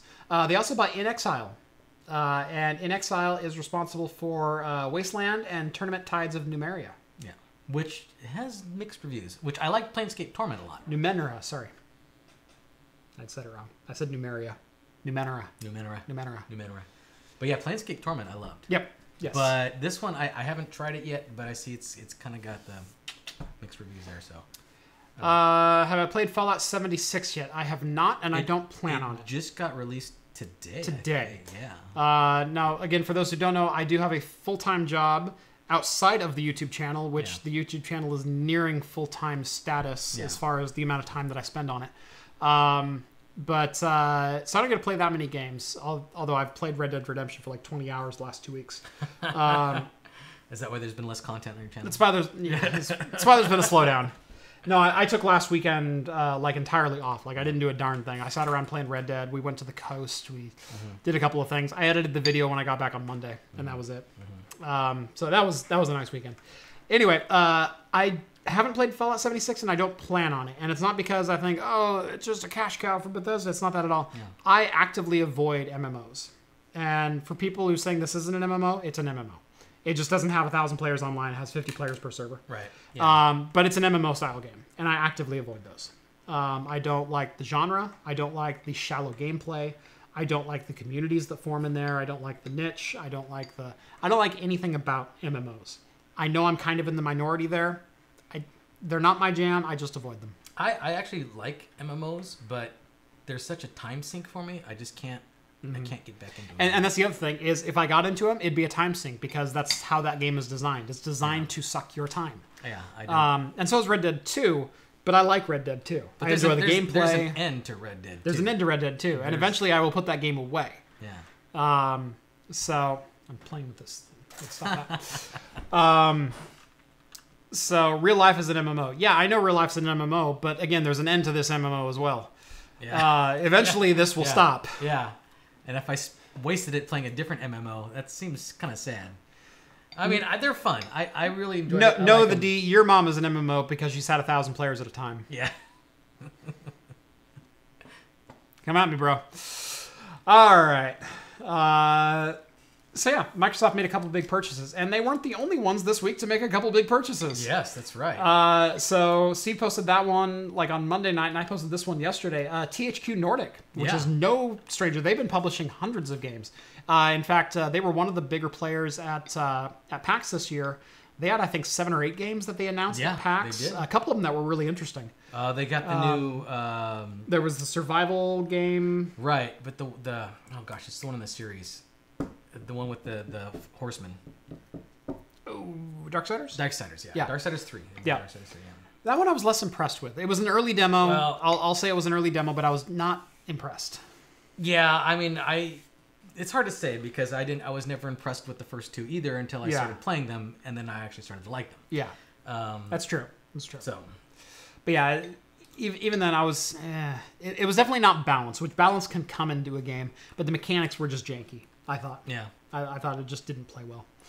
Anyway, they bought Bugbear Studios, or Bugbear Entertainment, which, if you recognize that game, they were the creators of the Flat Out series of games. So Flat Out 2, the racing Destruction Derby style of games. Yeah. They took the Destruction Derby... They did the first 2 Flat Outs. Yeah, they did the first 2 Flat Out. Flat Out Ultimate was just a combination of the first 2 games. Yeah. And then there was Wreckfest, which recently came out. Yes. They were also the developer on that. Stuntfest too now, which I think they're doing Stuntfest, which is going to be a sequel to that. Yeah.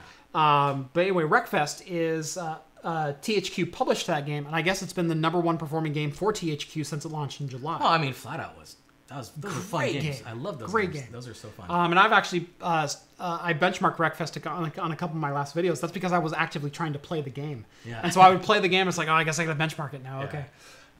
So I was just having fun playing that game. It's like, we'll throw that one up because it's kind of an interesting title. Yeah. So that's pretty much their claim to fame for Bugbear. They've been involved in some other big ones as well.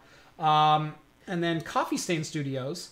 What were they known for? Both known for Goat Simulator. Goat Simulator. And probably Sanctum. And Sanctum. Sanctum's probably the bigger name. Goat Simulator's probably I don't know. the more... Goat Simulator I think is bigger than It's Sanctum. pretty big. It is a pretty big They have deal. Sanctum 1 and 2. Yep. But Goat Simulator is on like the consoles and everything like that too. That's right. It's true. So... I don't know if Sanctum's on the consoles, are they? Is that? I don't remember. I don't think that one might be a PC exclusive. It might be, but I know that Goat Simulator is just pretty much everywhere. It started as a PC exclusive, and then it got big enough where they're like, well, we might as well make it for PS4. Yeah, so, it could be. Who knows? Throw it on the Xbox store, see what happens. So, yeah, a couple of larger publishers are coming out with a number of, or purchasing a number of studios. Sorry, I'm watching the Blazer-Laker game out of the corner of my eye, and it was a tight game, and all of a sudden it's not, and I'm not all that thrilled about it. Oh, so the Blazers are losing. Yeah. How do you lose to the Lakers right now? I mean, gosh. I guess. This one I wanted to put up as a little bit of a counter to some of the negative Fallout 76 talk that's been going around. As much as we hate some concepts for games or launches, as much as you hate Diablo Immortal, as much as you hate everything, can we all just take a second to understand we're all people, we're all human, we're all everything else. And this is a little bit different take for my channel. Trust me, I enjoy crapping on Blizzard and Bethesda as much as the next guy, as much as I enjoy playing their games as well. I dish out hate and criticism as it's deserved. Yeah. But when you deserve to be recognized for your positive actions, that deserves to be talked about as well. And this is certainly one of those times. So Bethesda was in contact with the family of a 12-year-old cancer patient named Wes. Now, Wes was diagnosed a couple of years ago with, where was it? He was diagnosed for a while. Neuroblastoma. Yeah, that's brain cancer. Yeah. And basically it was, he was diagnosed at 5 years old. So he lived to age 12. Now, he was a huge Fallout fan, huge fan of the series. Got in touch with the devs at Bethesda somehow, some way. I don't remember how, but they got in touch with him and heard of his story. He wanted to play Fallout 76, and his parents were about ready to take him off of his life support system. So that they were like, look, there's not going to be any help for him. We're going to take him off. They contacted Bethesda. Bethesda drove 4 hours from their headquarters in Maryland to bring out an early copy of Fallout 76. And this was months ago. So this was like a very early beta. Yeah, this was about 2 or 3 months ago. Right. And Wes got to be the first player outside of the dev team to play Fallout 76. And they also brought him one of the early prototype of the collector's edition power suit helmets, signed by Todd Howard. And so he got to play. He didn't get to keep the game because it was so early, and it needed to be connected to their servers to play. But they let him play for 2 or 3 or 4 hours, and one of the devs was sitting there talking to him the whole time. Well, he passed away this last week, and Bethesda donated $10,000 to his GoFundMe page, which I thought was just a killer, awesome, down to earth. Didn't have to do it. Didn't have to do it. Bethesda, as much criticism as you get from time to time, and as good as your games are, and as horrible as your games are from time to time, when you deserve a good bit of praise, you deserve a good bit of praise, and this is exactly that situation. So, Bethesda, hats off to you, and to Wes's family. Very sorry for your loss. I cannot imagine what it's like to lose a kid. So, a bit of somber news, but again, a very cool gesture from Bethesda to this family. To kind of help them with any expenses that they incurred. So, anyway, like I said, I'm getting a little choked up here.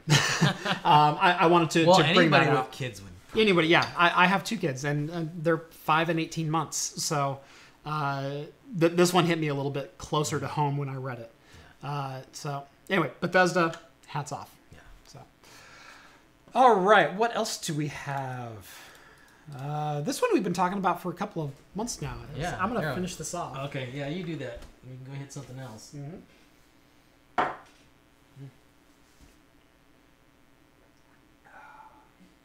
Do one. So good. We got like. How much time we got like a half hour. Half hour. So, I'll tell you what, I have 2 high-proof whiskeys here. Is that the big bottom? Big bottom. This is 111. I remember this. Yeah. We had this before. Yeah. And I did like it. That was the one I had to add a little bit of ice to. Yes. I have some water if you want to experiment with it. We can do with a little bit of water. Yeah. Yeah, let's try that. Tell you what, let me do like a little half-ounce pour. Okay, do a half-ounce pour some water and see how it tastes. We'll do a half-ounce pour first. Yeah. Take a sip, and then pour a little water. See what it needs. Yeah. So, this is essentially another cask strength whiskey. This is a Big Bottom Delta Rye. This is actually distilled, I believe, here in Hillsboro. Yeah, Hillsboro, Oregon. This is a rye, and it's 111 proof. This is a 55.5% ABV. So, again, very, very high proof whiskey. And it's every bit of that. Yeah. No, I think I remember smelling this one. This one smelled like rocket fuel. Yes. When I took a whiff of this. So, there's just a little half-ounce snifter. Yes. So, take just a little... Yeah, this one curls the nose hairs. Touch of your tongue to it. And rye will, because rye tends to be a little bit spicier, a little bit harsher. Yeah, that is... Okay, hold on. Now, I was able to drink this straight one day. Really sitting there, very, very small taste. Even just a small sip, man. That's some pretty... It's hard stuff. And see, I drink a lot more straight whiskey than Steve does. Yeah. So, well, not a lot. A little bit at a time. Yeah. Well, I don't drink cask strength stuff. Yeah. It's been a while since I've had some real cask strength stuff in my collection. It's been a couple of years, in fact. This was the first one that I bought recently, and as you can see, I'm almost out. But I do this in some of my higher proof old fashions that I do. So if I want an old fashioned with a good kick to it, I tend to go with this. But we've got some water, we've got some ice. Let's just do some straight up water. Straight up water. I was kind of thinking that. So let me grab that. There we go. And add like 1/8 of an ounce. Just something about like that. See if that settles that. And I'm going to add even less of that to mine. It still smells like it's curling my nose hairs. There we go. Now, this is not technically the proper way to drink whiskey and water. The proper way to drink whiskey and water is literally just a drop or two and then not swirl it. Let the oil sit on top, because you can get many, many different flavors out of it, because the water will dissolve things that are water soluble within there, and it'll leave the oils and some of that more harsh stuff on top. You'll actually make a whiskey more intense with a couple drops of water, not dilute it. It's kind of counterintuitive. Depends on the whiskey, depends on if there's water soluble stuff left in the whiskey. Yeah.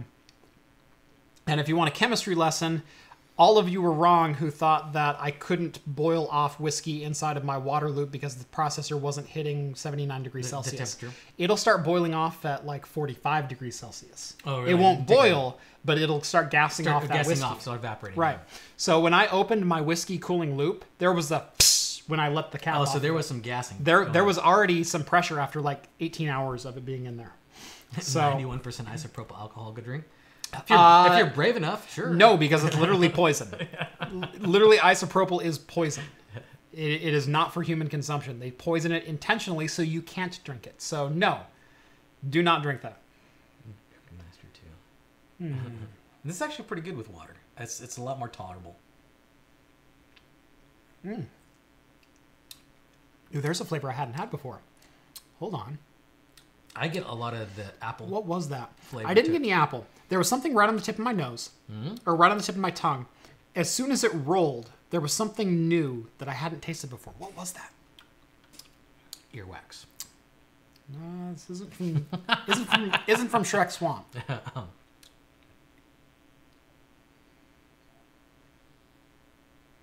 And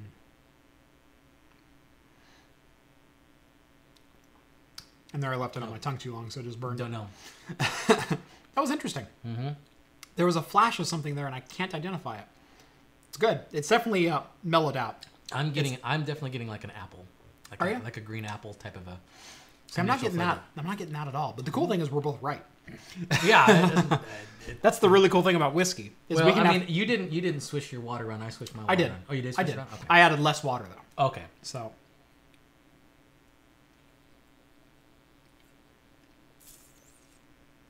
See, and there it was again. Whew. What is that? It's not a sweet flavor. It's more of a bitter flavor. Like normally with these type of things, when you mellow it out, I get more caramely flavors. If I'm not getting that with I'm this. not getting that at all. Not with this at all. Yeah, I'm searching for like the caramel, the vanilla, the things like that. I'm not getting anything. There's definitely a spice there. I'm almost getting like a gin spruce. That's what I'm getting. I was gonna say like a little tartness to it. Yeah.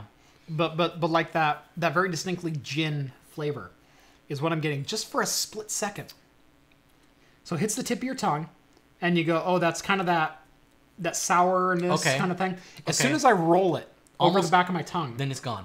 it's gone, and it was just a flash. I get what you're saying. I think I just got it like a piney almost. Yeah, piney, kind of a sprucey, very earthy flavor to it. A little bit. You can taste like the oak char in it and things like that. Yeah. But it was just this flash of like this pine almost, and I think that might have been what you were saying was the apple. No, I definitely got the apple when I was rolling. Oh, on the back. On the back. Okay. But no, that almost pine sol flavor. Yeah. I did get that just last So- sip. I took a bigger sip. Yeah, it took me a second to get it, and like I took said, a that bigger second sip. sip, I didn't taste it at all. Okay, when I take a bigger sip, I definitely taste it.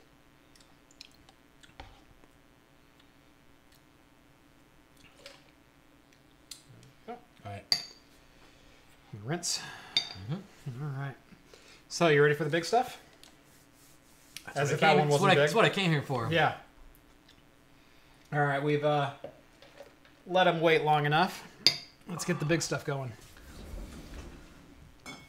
So again, this is okay. You're talking about this ruining my palate. Yeah. That might have ruined my palate. I might let me have that in my water. I'm just gonna get a swallow of water. Cleanse my palate. Yep. Yeah, man. Let's pour a little bit. There you go. I'm gonna do the same. Yeah. It's not a bad idea, actually.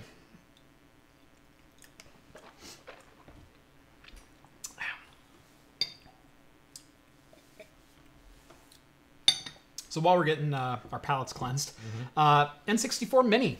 We've talked about this a couple of times. It's kind of been rumored. It's kind of been Nintendo Games List revealed by an analyst as direct rumors continue. So still a rumor. We know it's probably coming because there's been enough little leaks coming out that it's kind of like one of those if there's smoke, there's fire kind of things. Right. So supposedly, let me pull up the tweet here. Sorry, was that it?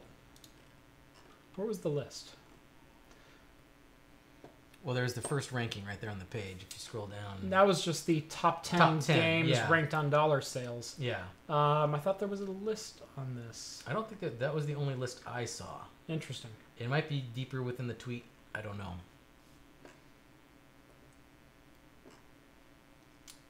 Data has been revealed that shows the most popular N64 games. Are these the titles? Oh gosh. That could be.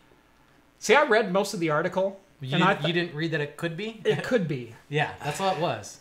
That's a shill article. Who the hell posted that? Because it's still rumored. It's still rumored. But I thought we had an analyst leaking the list. No, they weren't leaking. They analyzed what they thought Nintendo Games List be. revealed by analysts as direct rumors continue. Data has been revealed. I didn't read the subtitle. I read the rest of the article, and then I read the list, and I went, oh, that's a pretty good list. Why are there only 10 games? I thought there'd be like 25. And so I was a little bit confused. Yeah. The subtitle gives the whole thing away. Data has been revealed that shows the most popular Nintendo 64 games. Are these the titles we could see on the N64 Mini? Star Daily. Yeah. Did John post that or did you post that? I didn't post it. John? It's probably John. John, bad article. I'm not even going to read the rest of it. Did you? You didn't post it? I didn't post that. Oh, John okay. posted that. Oh, okay. John, that's a sham article and you should be ashamed of yourself. Because I was reading it too and I'm like, no, this isn't a confirmation. This is just speculation. And I will say I skimmed the article. In my defense, I skimmed the article. I was even reading this thing and I'm like, this is even a bad speculation because they were talking about like, oh, it's rumored. These are the top 10 N64 games that were ever sold on the N64. Well, are these the games we're going to see on the Mini? Yeah. What the crap is that? How did I not catch that before? The article also said that they speculate that it's going to come out for this year's Christmas. Right. But that wouldn't happen because they usually will. First of all, they'll put some hype behind it. It'd be out for Black Friday, and it would have been out by now. It would have been out. We would have had an announcement and Black Friday. Yeah, well, because the Mini NES and the SNES. The Mini NES and the Mini SNES. I think it was the Mini NES came out early November. It was like November 1st. Yeah. And then the Mini SNES didn't even come out anywhere near the season. It came out like midsummer. Yeah. Something like that. So why they wouldn't release it now just boggles my mind. So yeah, I don't know. This is all right, John. Shame on you. That was a terrible article. I didn't know it was John who posted that. Yeah, it wasn't me. Okay. So I thought it was you, and so I was taking it with a little bit of credence. No, it wasn't me. Right. I was reading it today, and I'm like, I don't know. So I gave myself about a 3/4 ounce. Okay. Because these are exact 1 ounce. Okay. You want a 3/4 or you want a half? No, just give me one. Just give me whatever you got. Okay. That's what I got. If I have to take longer to drink, I have to take longer to drink it. Yeah. So this one is smoother than the Delta. Yeah, because that stuff's harsh. It is harsh. And a rye is going to be much spicier, much harsher. This is very much a bourbon. Okay, now that I get my nose closer to this, is obviously still, Oh, it's still heavy. It's still heavy. It cleanses the sinuses pretty quickly. Yes, it does. But not as harsh as that other one. Like I said, it has a much more pleasant smell. Yes, it does. It's a much smoother, a little bit sweeter smell. Yeah. Like I said, I can't dig my nose into this one, but sitting right at the top of the glass. No, you can't unless you want like chemical burns. Yeah, you'll burn the hair out of your nose, guaranteed.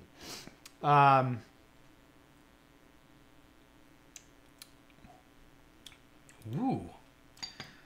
Like I said, really good flavor. Wow. Really good flavor. And out of the Dead Guy Ale, I didn't expect that. That is way stouty. Yeah. It's very stouty. It's very bourbony. It's very bourbony. Okay, stouty, bourbony, charcoaly. Yes. There's a lot of good stuff in there. Yes, there is. Yeah, it's not like a smoke like you get in a Scotch. It's very much a charcoal char. There's no peatiness to it. Right, but it's like an American smoke is what I would call that. Where it's completely different than a Scotch, but very almost, very good in its own right. Yeah. So yeah, no, it's harsh, but there's a lot of good flavor there. Well, you take. I'm not taking. Don't take a huge swig. Yeah. I'm taking small, tiny sips, and it is an absolute delight. These little tiny sips. Mm-hmm. And that's what I thought as well. And even that was a little too big. It hit the back of my throat right there. Whew. Yeah. Are you still watching the game? I'm still watching the game. There's no surprise comeback or anything? No, it does not look like it. Sorry. Down 13 with 6 minutes to go. All right. I mean, it's possible. Anything's possible. The Blazers are a good offensive team and good defensive team too. But a little nervous about this one. And they're looking up Jake Layman for a possible flagrant foul on LeBron James, which is crap because he's LeBron James. He touched his arm. It was a hard foul, but it was a good foul. It was clean. Coffee and whiskey are the best. Now mixed together, I think a coffee whiskey. Yeah, like a little Irish coffee. It's a good. Little Irish in your coffee in the morning. It's a good thing. Yeah. Absolutely. It's the teachers wake me up. That's absolutely. Mm-hmm. All right. So skipping right over, and I'm going to delete that Nintendo article off my notes. Good Lord. I'm embarrassed that made it to our show. I'm flat out embarrassed that was on there. So the PC Mini, we've talked about the potential for this, about who's going to make one first, and oh look, I have a Mini AT kind of thing, and someone's actually bringing one to market, or they're going to attempt. They're trying to. They're trying to. Yeah. I'm not too sure who this market is for. If they're trying to cater to PC Neither gamers, I mean, most computers that they have will run most of the top old DOS games. Right. And if it can't, it'll run it in DOSBox. Right, which people can get on DOSBox already. Right. So I don't know who this is for. Right. And they haven't announced any details about the hardware itself.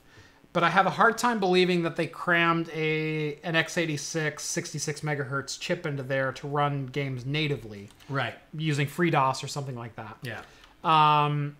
So we know it's going to be emulated. We know it's not going to be on CRT.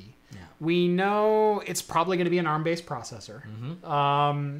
It has to be really that small. Now, they said they're aiming for a price tag of less than $100, and they're using officially licensed software, which means they're using shareware versions of that software. So you'll be able to play the first 5 levels of Wolfenstein and the first 7 levels of Doom and Commander Keen 4, right, and so on and so forth. You'll be able to play those games just as you always could. But all those games are playable on PC today. Yeah, still. Free download. Yeah, and so I'm a little... There's whole sites dedicated to abandonware. Right. So if they're marketing this as a...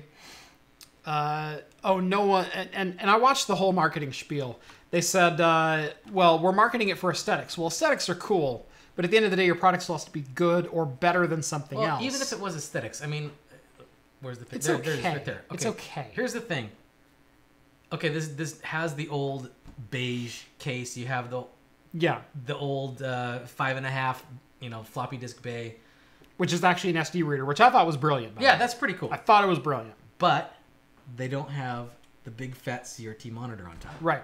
Which they should. Yep. I mean, it doesn't have to do anything. Yep. So just put that CRT monitor on top. Yep, exactly. And like I said, they're using SD cards as floppy disks in the floppy disk reader, which I thought was brilliant. I think that's a brilliant bit of a little aesthetic choice there. But I have a hard time believing that this hardware is going to be any better than anything else in the market, up to and including the Raspberry Pi as far as DOSBox emulation goes. I wonder if that's what they thought. Like they had, hey, you know what? If we made a mini version of this, we can make that an SD card reader. I'm not convinced. And they'd be like, that's a great idea. Let's do that. I'm not convinced. And that's like their whole marketing plan right there. I'm not convinced that's not a Raspberry Pi in there. Yeah. It's about the right size. Probably. They could just make this a Raspberry Pi case. Yeah. And they'd probably make more money or more demand for it. I'd buy this Raspberry Pi case for $35-40. Yeah. Without a Raspberry Pi in it. So they're trying to sell this at $100 with some various features with it that don't really make sense. Yeah. And they say, well, nothing's on the market today that has like native joystick plug-in where you can plug in a USB joystick and it works for DOS games. Yeah, they do. It's called Raspbian, or it's called emulator front end. RetroPie. RetroPie, yeah. RetroPie supports native joystick emulation on PC console. Yeah. So you're stretching some things here. You're while I'm sure it's cool, while I'm sure it looks cool, $100.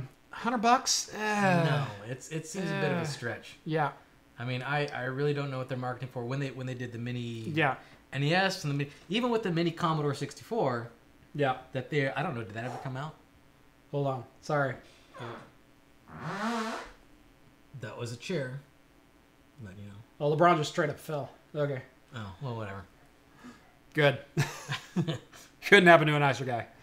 It's like I can see markets for those. Yes. Because although there are emulators on PC for all those things, it's not accessible to, most people. Mm-hmm. So they think, hey, that's just cool, Mm-hmm. But the people who are PC gamers now are predominantly PC gamers back then.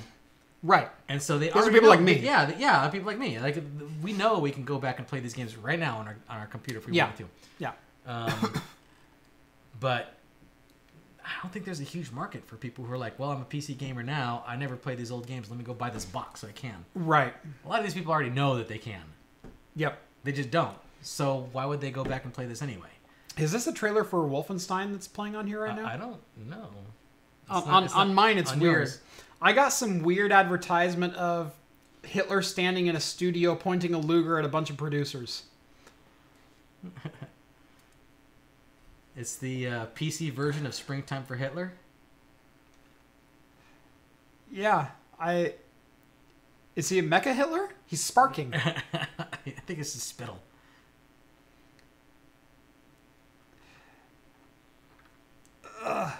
Every time they have a futuristic depiction of Hitler... What in the world is this? I don't know. I'm so confused. They always have, I don't know if you remember back in the day... He just shot a frat boy in a polo. Repeatedly in the head. I want to play it. What is it?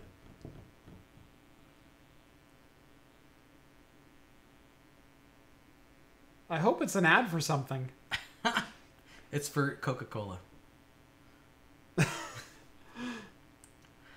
You're not new when you're hungry. Yeah, have a Snickers already. Come on, Hitler, have a Snickers. Now he's got a waste basket or a liquor basket. I think he's going to go pee in it. Yeah. There he goes. What in the hell is this? Is that a Bud Light barrel? I have no I wish idea. I could show you what this is. It's not showing up on this thing right here. I am so confused right now. This is on the recommended for you. Yeah, and the bottom of the PCGamer.com website. It's not a screen for me, but it's a screen for Jeff. So there's Hitler standing in a room, and there's some guys in director's chairs. It's definitely a Wolfenstein thing. Yeah, but is it the new one? I haven't played the new one, so I don't know what this is. But yeah, Hitler legit took a Luger and shot a frat boy wearing a yellow and blue striped polo in the head, and shot him 7 times, and then pissed in a barrel in front of everyone. I am so confused. It's not a YouTube video, and I don't see a share button. No, there's only a settings button. About this video. Auditioning for Hitler in Wolfenstein 2, The New Colossus. Oh, okay. I am so confused. Hold on.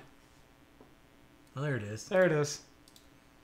Apparently it's 13 minutes long. Wow. I was wondering why it was going on for so long. I'm going to share it in the Discord. So if you're in the Discord, you're going to get a link. There you go. Enjoy. Yeah, that was. I didn't have any audio, but that was just weird. Yeah.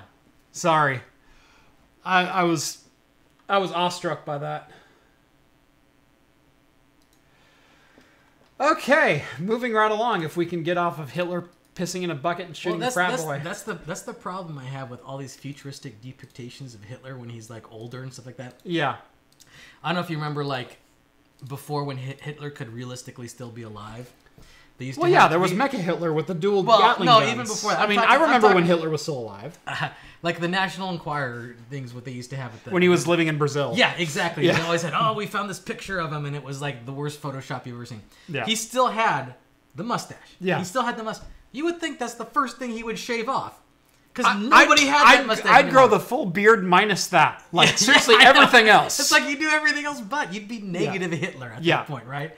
But no, he always had it. Yeah. It's like he never changes the style. Yeah. And that's another thing, too, because like Charlie Chaplin had that mustache, right? Yes.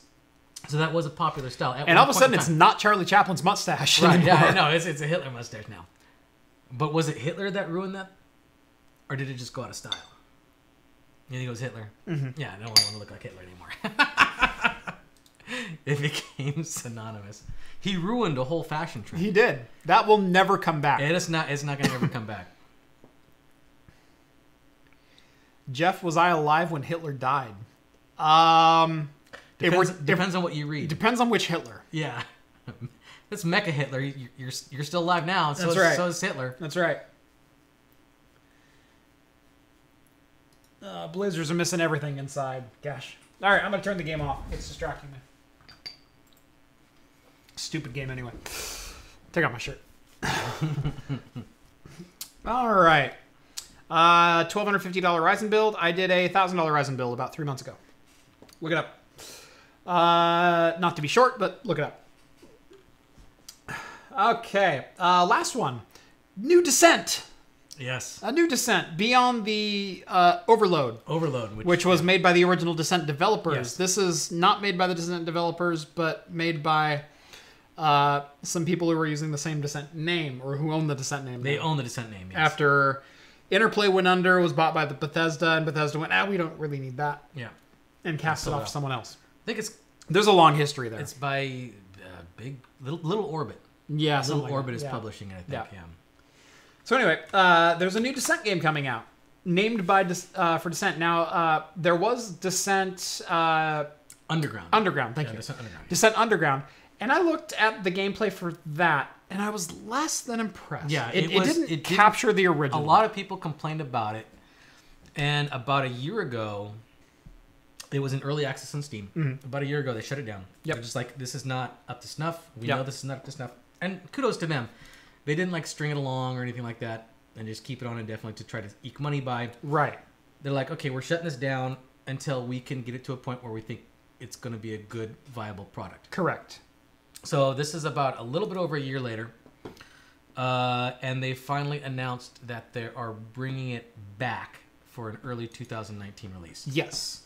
So it's going to be just called Descent. Yeah. 2019, just like Doom 2016. Doom came back. Yeah. So, and it will be a classic 6 Degree of Freedom action shooter reimagined for a new generation using the Unreal Engine 4.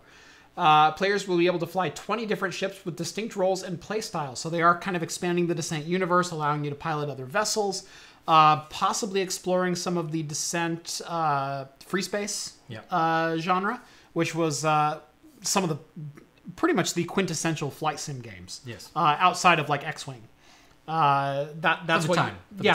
For a 6 Degree of Freedom, because there was always the Chris Roberts ones. Wing Commander. Wing Commander, yeah. There were always those games. Those weren't like 6 Degree Freedom. They were great space games, but they weren't true space sims. Yeah. This was a space sim shooter, much like the original X-Wing and TIE Fighter and those style games, X-Wing Alliance. Mm-hmm. So anyway, finally bringing it back. I'm curious to see what they did with it, if they finally fixed it, because I was not impressed with some of the gameplay footage, because you can tell when the controls and the mechanics are janky from gameplay footage. Yes. If you've played games long enough, and those mechanics were janky. Either that or that guy had no idea what he was doing in the trailers. But I assumed it was the former where they were just janky controls. Yeah. The physics weren't up to snuff. It was real stiff, real. Yeah. It just didn't have the it fluidity. didn't look right. It didn't have the fluidity. The thing about Descent is it was fluid. Now I played the original Descent on a keyboard, on a 104 key keyboard, and I had that thing mapped to a science where I'm freaking Wesley flying the Enterprise, where I had the keyboard combinations to do any maneuver I wanted in 3D space. And if I can do that on a keyboard, you should be able to do it with an Xbox controller. Oh yeah. And twin stick makes it way easier. And it just wasn't there. Right, twin stick is the way to go. Yeah. I actually own a pair of Logitech twin sticks. Yeah. Matched sticks, matched resistance, everything else. Those are what I fly with. But barring that, yeah. So anyway, new Descent coming in 2019. Yeah, should be good. Yeah. We'll see. I mean, who knows if it's going to be good or not. I hope it's good. I hope it's good. I don't know if it should be good, but I hope it's good. They from what I understand, the difference between this and the Underground, I guess they were focusing more on the Underground. They were focusing more on multiplayer, and people were really upset. Not only was the gameplay lackluster, but the lack of single player was a big stick on the craw of original Descent fans. Yes. And so this apparently is supposed to have a much larger, longer single player. Supposed to have about 15 missions. So one minor campaign kind of thing with puzzles and side quests and things like that to follow. Yeah. Again, more in the free space style, less in the Descent style, from what I'm gathering from this. Yeah. Because Descent was just linear playthrough on the levels. Yes. Now it was like a first person shooter type of thing where you went through. It was like the original Doom, but in 6 degrees. Yes. Yes. Yeah, I'm kind of excited to see what they do with it. We'll see. We'll see what happens. So, what did you think of that? I loved it. This is some really delicious good stuff. It's delicious. This is really good stuff. For a high proof bourbon that you can sit here and sip. I hate to ask what you paid for this. It couldn't be cheap. It wasn't cheap. I wasn't going to guarantee it because this tastes like quality. So I went in there with $100 bill. I got 2 beers. So I bought two bombers, and I bought this. I left with $10. And by the way, if you go to the brewery, the beers are cheaper. They're cheaper, yes. They're significantly cheaper. Yeah. So, I didn't even ask. I just went up to the counter. I said, I will take a bottle of your stouted bourbon, or of your stouted whiskey. And she goes, of the what? I said, of the stouted whiskey. Do you have a bottle of that? She goes, oh yeah. Because no one comes up and just buys a bottle of it. And she goes, oh yeah, we have that kind of thing. Just kind of threw her off. So yeah, bottle 125 of 196 from barrel 4 of 11. Well, the amount that you put in these things, and sips it, because this is not a mixing whiskey. No, you want to drink this. This is a sipping whiskey. The amount that you put in just a sip, and just the small amount will take you far. Yes. This bottle should last you a long time. Yeah, I'm hoping so. Yeah. I had the one little snifter on Sunday night when I got home. Yeah. And then it's been corked since then. Mm-hmm. It'll probably stay corked until John comes over, and then it'll probably stay corked for a long time after that. Yeah. Because this is a whiskey to just sit and enjoy very rarely. Yes. Now, this is not an everyday whiskey. No. This is a very strong, very good, but you have to be in the right mood, the right attitude, the right... Yeah, that was disposition the to big enjoy. Bottom. That one was harsh. It's harsh. That one was harsh. That one I enjoy mixing a lot more. Yeah, I've had it straight before. It's got some interesting flavors to explore. I'm not even considering diluting this because I can take smaller big sips and I get different tastes of this. Yeah. And actually, on the nose, now that it's aired out a little bit, smell it again. I'm actually getting some like saltwater taffy and some caramel in it. Oh yeah, not as harsh. Yeah. Salt, definitely. Very smooth smell. Little bit of salt in there. And like I said, I'm almost getting kind of that saltwater taffy. Well, it was made at the coast, so. Yeah, exactly. But some saltwater taffy and a little bit of caramel is what I'm pulling out of this. I do smell a little bit of caramel. Yep. I did smell salty, though. That's kind of interesting. I've never smelled that in whiskey before. Yeah. But like I said, very stouty on the taste. It tastes very much like a good stout, like the Rolling Thunder Stout. Very good stout. Yeah. Very good stout. But very interesting whiskey.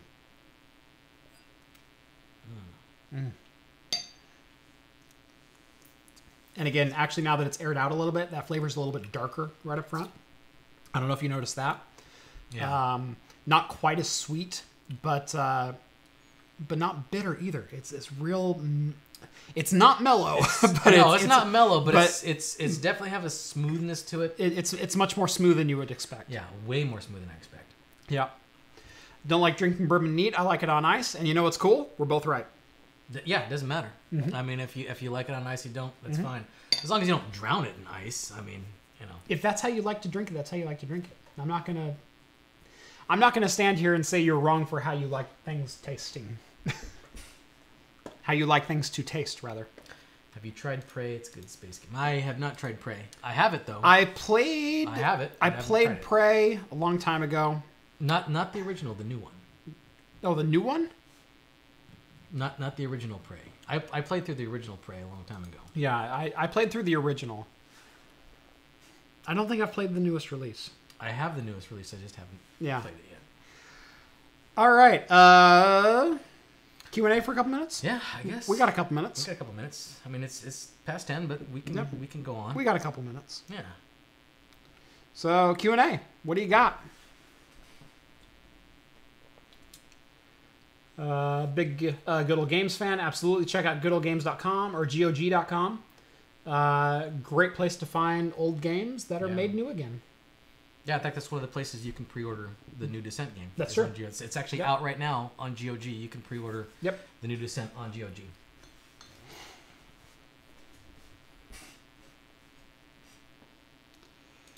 Oh. That was a good whiskey. It was. Really good whiskey. I'm all warm now. I Yes, mean, I was warm am. before, but I'm warmer now. Yeah, I'm very warm now. Yeah. Did I get donated an H81 board? I did not. I got donated an X299 ASRock OC Formula motherboard, and I got donated... Oh, let me see. I've got 3 boards donated to me.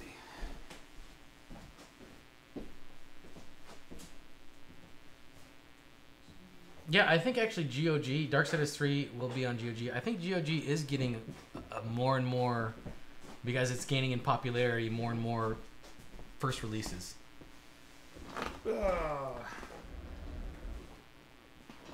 So this guy is an Intel 4000 series. Oh, it is an H81. I'll be damned. I did get an H81 donated. From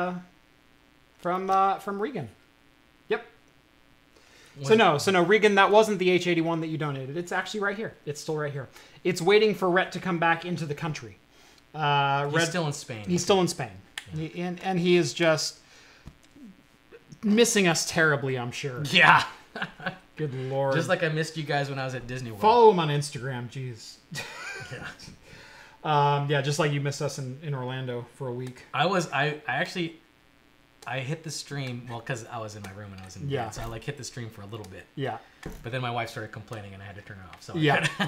I did hit it for a little bit. So yes, Regan, I apologize. I do have an H81 board. I'm waiting for Rhett to come back into the country because we're going to do a system rescue with Rhett's old computer, his old janky broken-ass computer.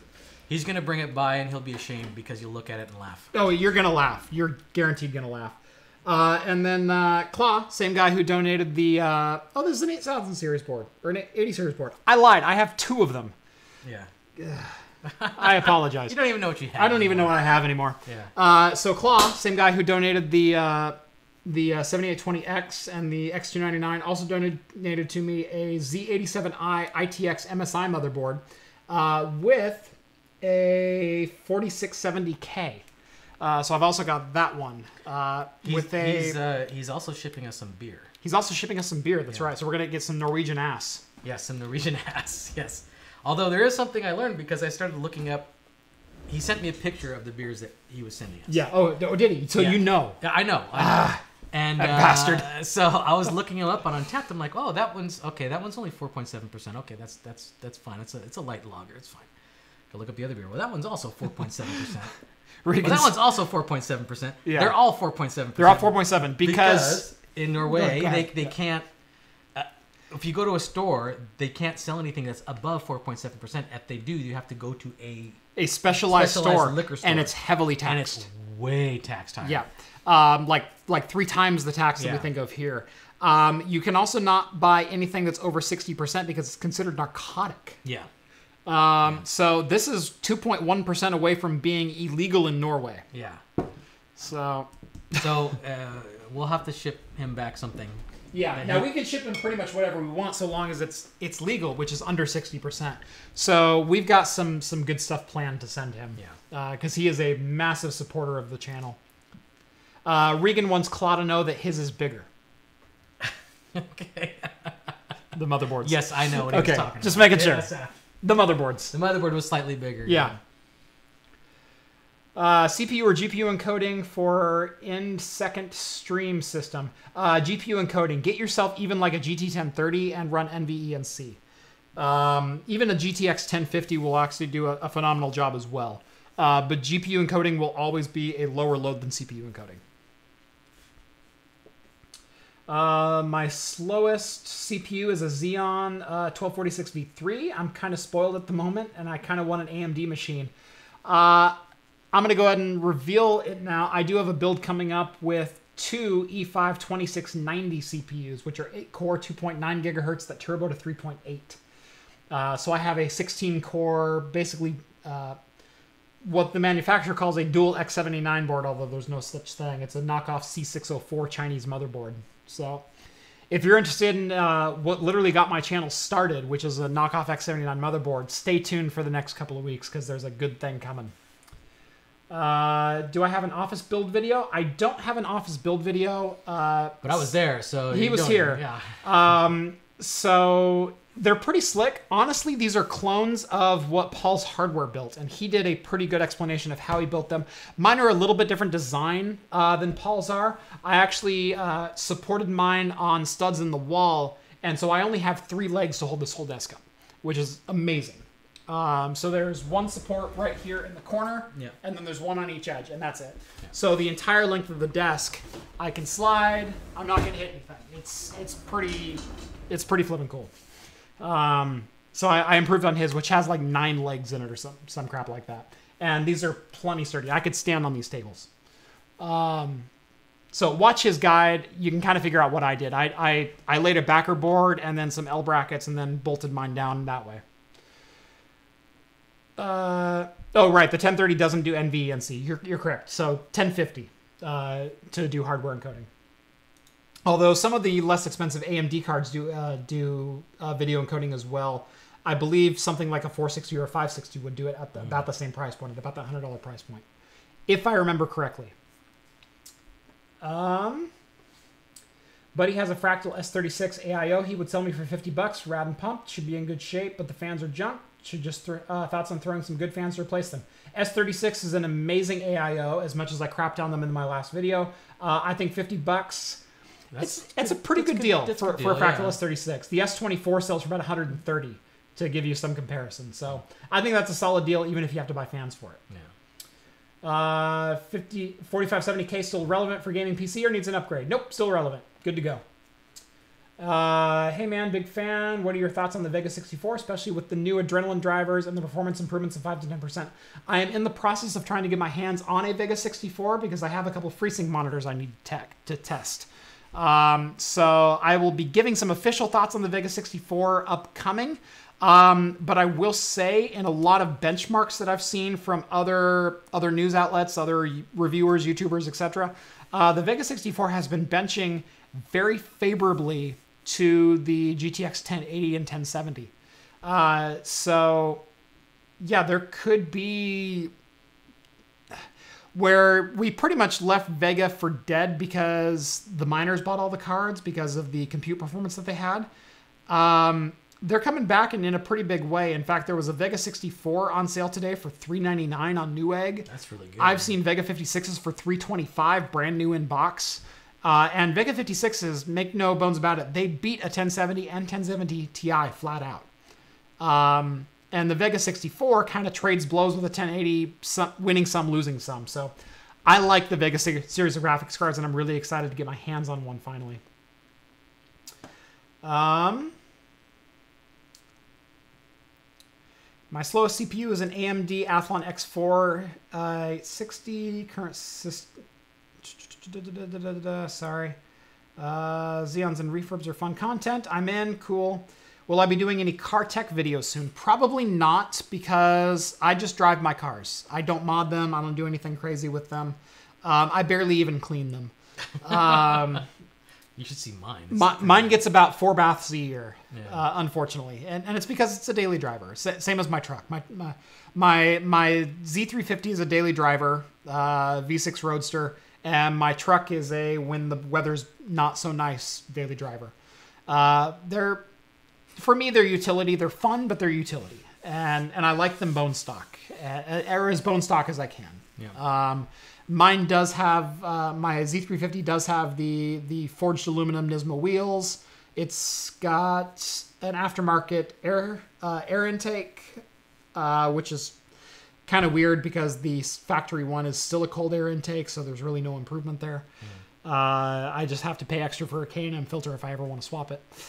And beyond that, it's bone stock. It's got stock exhaust, stock rims, stock tires, stock seats, stock everything. There's nothing special about it. It's a Z350 Roadster with a 6-speed. So, I mean, I did put I did upgrade the head unit in there, but who cares? Don't get the 1030 DDR4 version. That's always good advice. 3570K, more than enough for gaming. I would agree with that. Yes.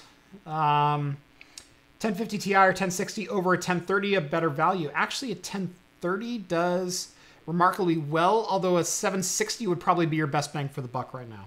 If you're buying a graphics card and you go, I have $75 to spend, GTX 760. And in fact, you might actually be able to get a 960 for that price. So shop around, because the prices have dropped significantly on a lot of used graphics cards. I've seen 970s listed at $110 locally, and our local market sucks. Yeah, no, our market is. So you saw it as 970 for 970 for 110. Really? Mm-hmm. That's gone. I almost bought it. That's gone down quite a bit. I almost bought it. Yeah, because those 970s were sitting at about $200 for the longest they were. Time. Yeah, but no, even the 970s have dropped way off. Yeah. So, well, probably because the RTX came out and everybody. 6600K at 5 gigahertz on air is a golden chip. I would agree with that. Greetings from Estonia. Hello, Laurie. How's it going? From Estonia. Yep. Where they exiled all the Dilbert characters that they didn't like to. I'm sorry, that's the only reason I know Estonia is from the Dilbert comics. You'll have to forgive me, but hello. I hope you're doing well. Should I water cool my Snapdragon 821? I don't know. I have a Snapdragon 835 and it does just fine on air. Yeah. So I'd say no. What are you, Linus Tech Tips all of a sudden? ASRock makes a decent B350 ITX motherboard, but it's not B450, unfortunately. There's really no difference between B350 and B450. There's really no difference. So honestly, flip a coin. Looked last night and I didn't see a 960 for below $90. They've been selling on eBay at auction for about 75. I think buy it now, the prices are still about 90 to 100, but try to snipe an auction. Really want to find an R9 Fury graphics card.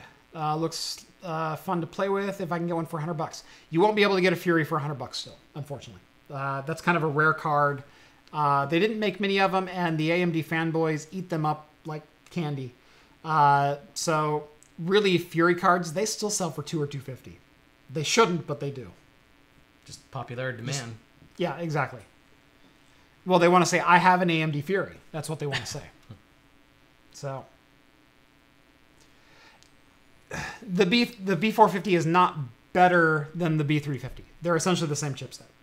The B350 boards, you do have to watch. Some Zen Plus CPUs are not necessarily compatible out of the box. I did have good luck with even a December BIOS on a B350 motherboard with a Ryzen 22 and 2400G. It actually posted, I got video out on the motherboard, and I was able to update the BIOS to latest and stable to get true video support and actually have BIOS options for video memory and so on and so forth. But Regan says I've seen some 970s at auction for about $85. And you can get that for $85, that's a steal. And exactly. So yeah, the cards have dropped significantantly, but only at auction because that's what people are willing to pay. Buy it now, they're still asking above. That takes a while to fall still. But B450 doesn't really have any new features that the B350 didn't have. So yeah. R9 295X2 equals cool points. I would love an R95X2. Love one.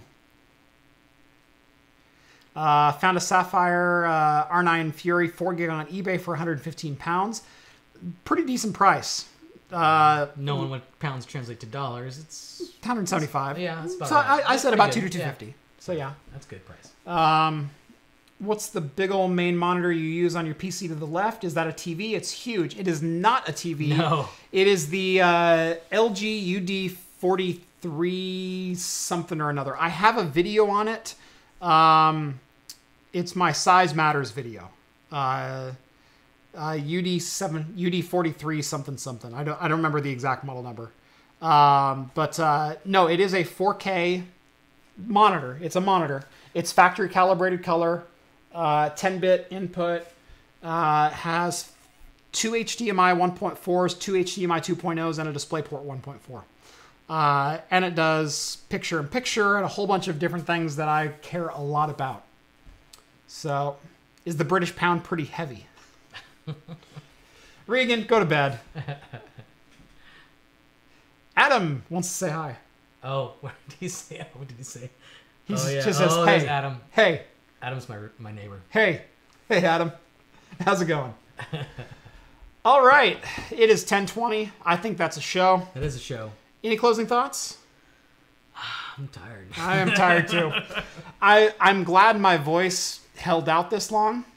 I had a little bit of a tickle in my throat, and in fact, I feel like this little lump in my throat right now. Oh, and I feel it starting to fade. That whiskey should cure it. I plan on having a little sniffer still before I go to bed. Yeah, you can just burn that out. That's right. Yeah, just burn it right off.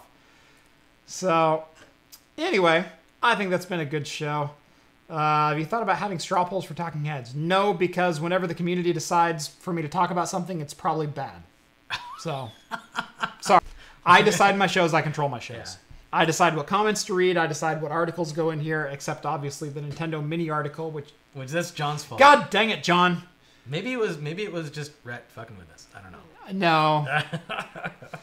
I trust Rhett more than you two.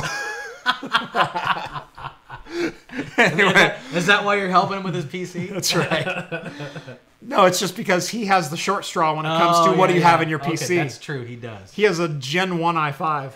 Okay. Oh God. Okay. Yeah, he has an i5 like 560. And then it's John. Yeah, and then there's John. Yeah. John at least has an Ivy Bridge. Yeah. 3770, yeah. I think. What do you have? No, I have a 47. So you have a Haswell. Yeah. Okay. Yeah. Okay, so yeah. So you and John are like flip a coin. You're about equal. I'm a little bit higher. Do you have an i5? It's i7. i7. Okay. Yeah. So yeah. So no, I'm higher than him, and I'm already saving up money for an upgrade. So yep. It's fine. Yep. So anyway, that's why he got the board. Yeah. So no, I don't care. Yep. I'm still fine. Yep. So anyway, thank you so much for joining us. Thank you guys. It's been fun. There will be no Talking Heads next week, unfortunately. For Thanksgiving. So for Thanksgiving, we are taking the week off.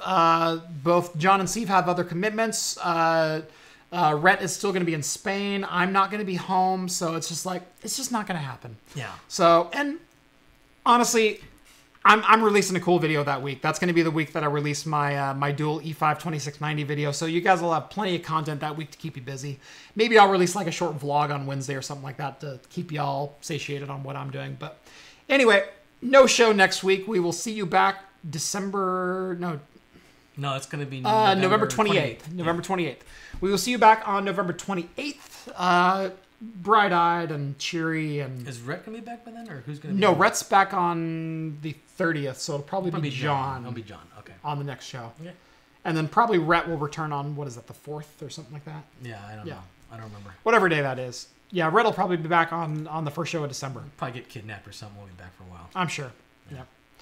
Anyway, thank you so much for joining us. Episode 58. Have a good Thanksgiving if you live in the States. If not, hope you have a good week, and we will see you next time. See you guys later.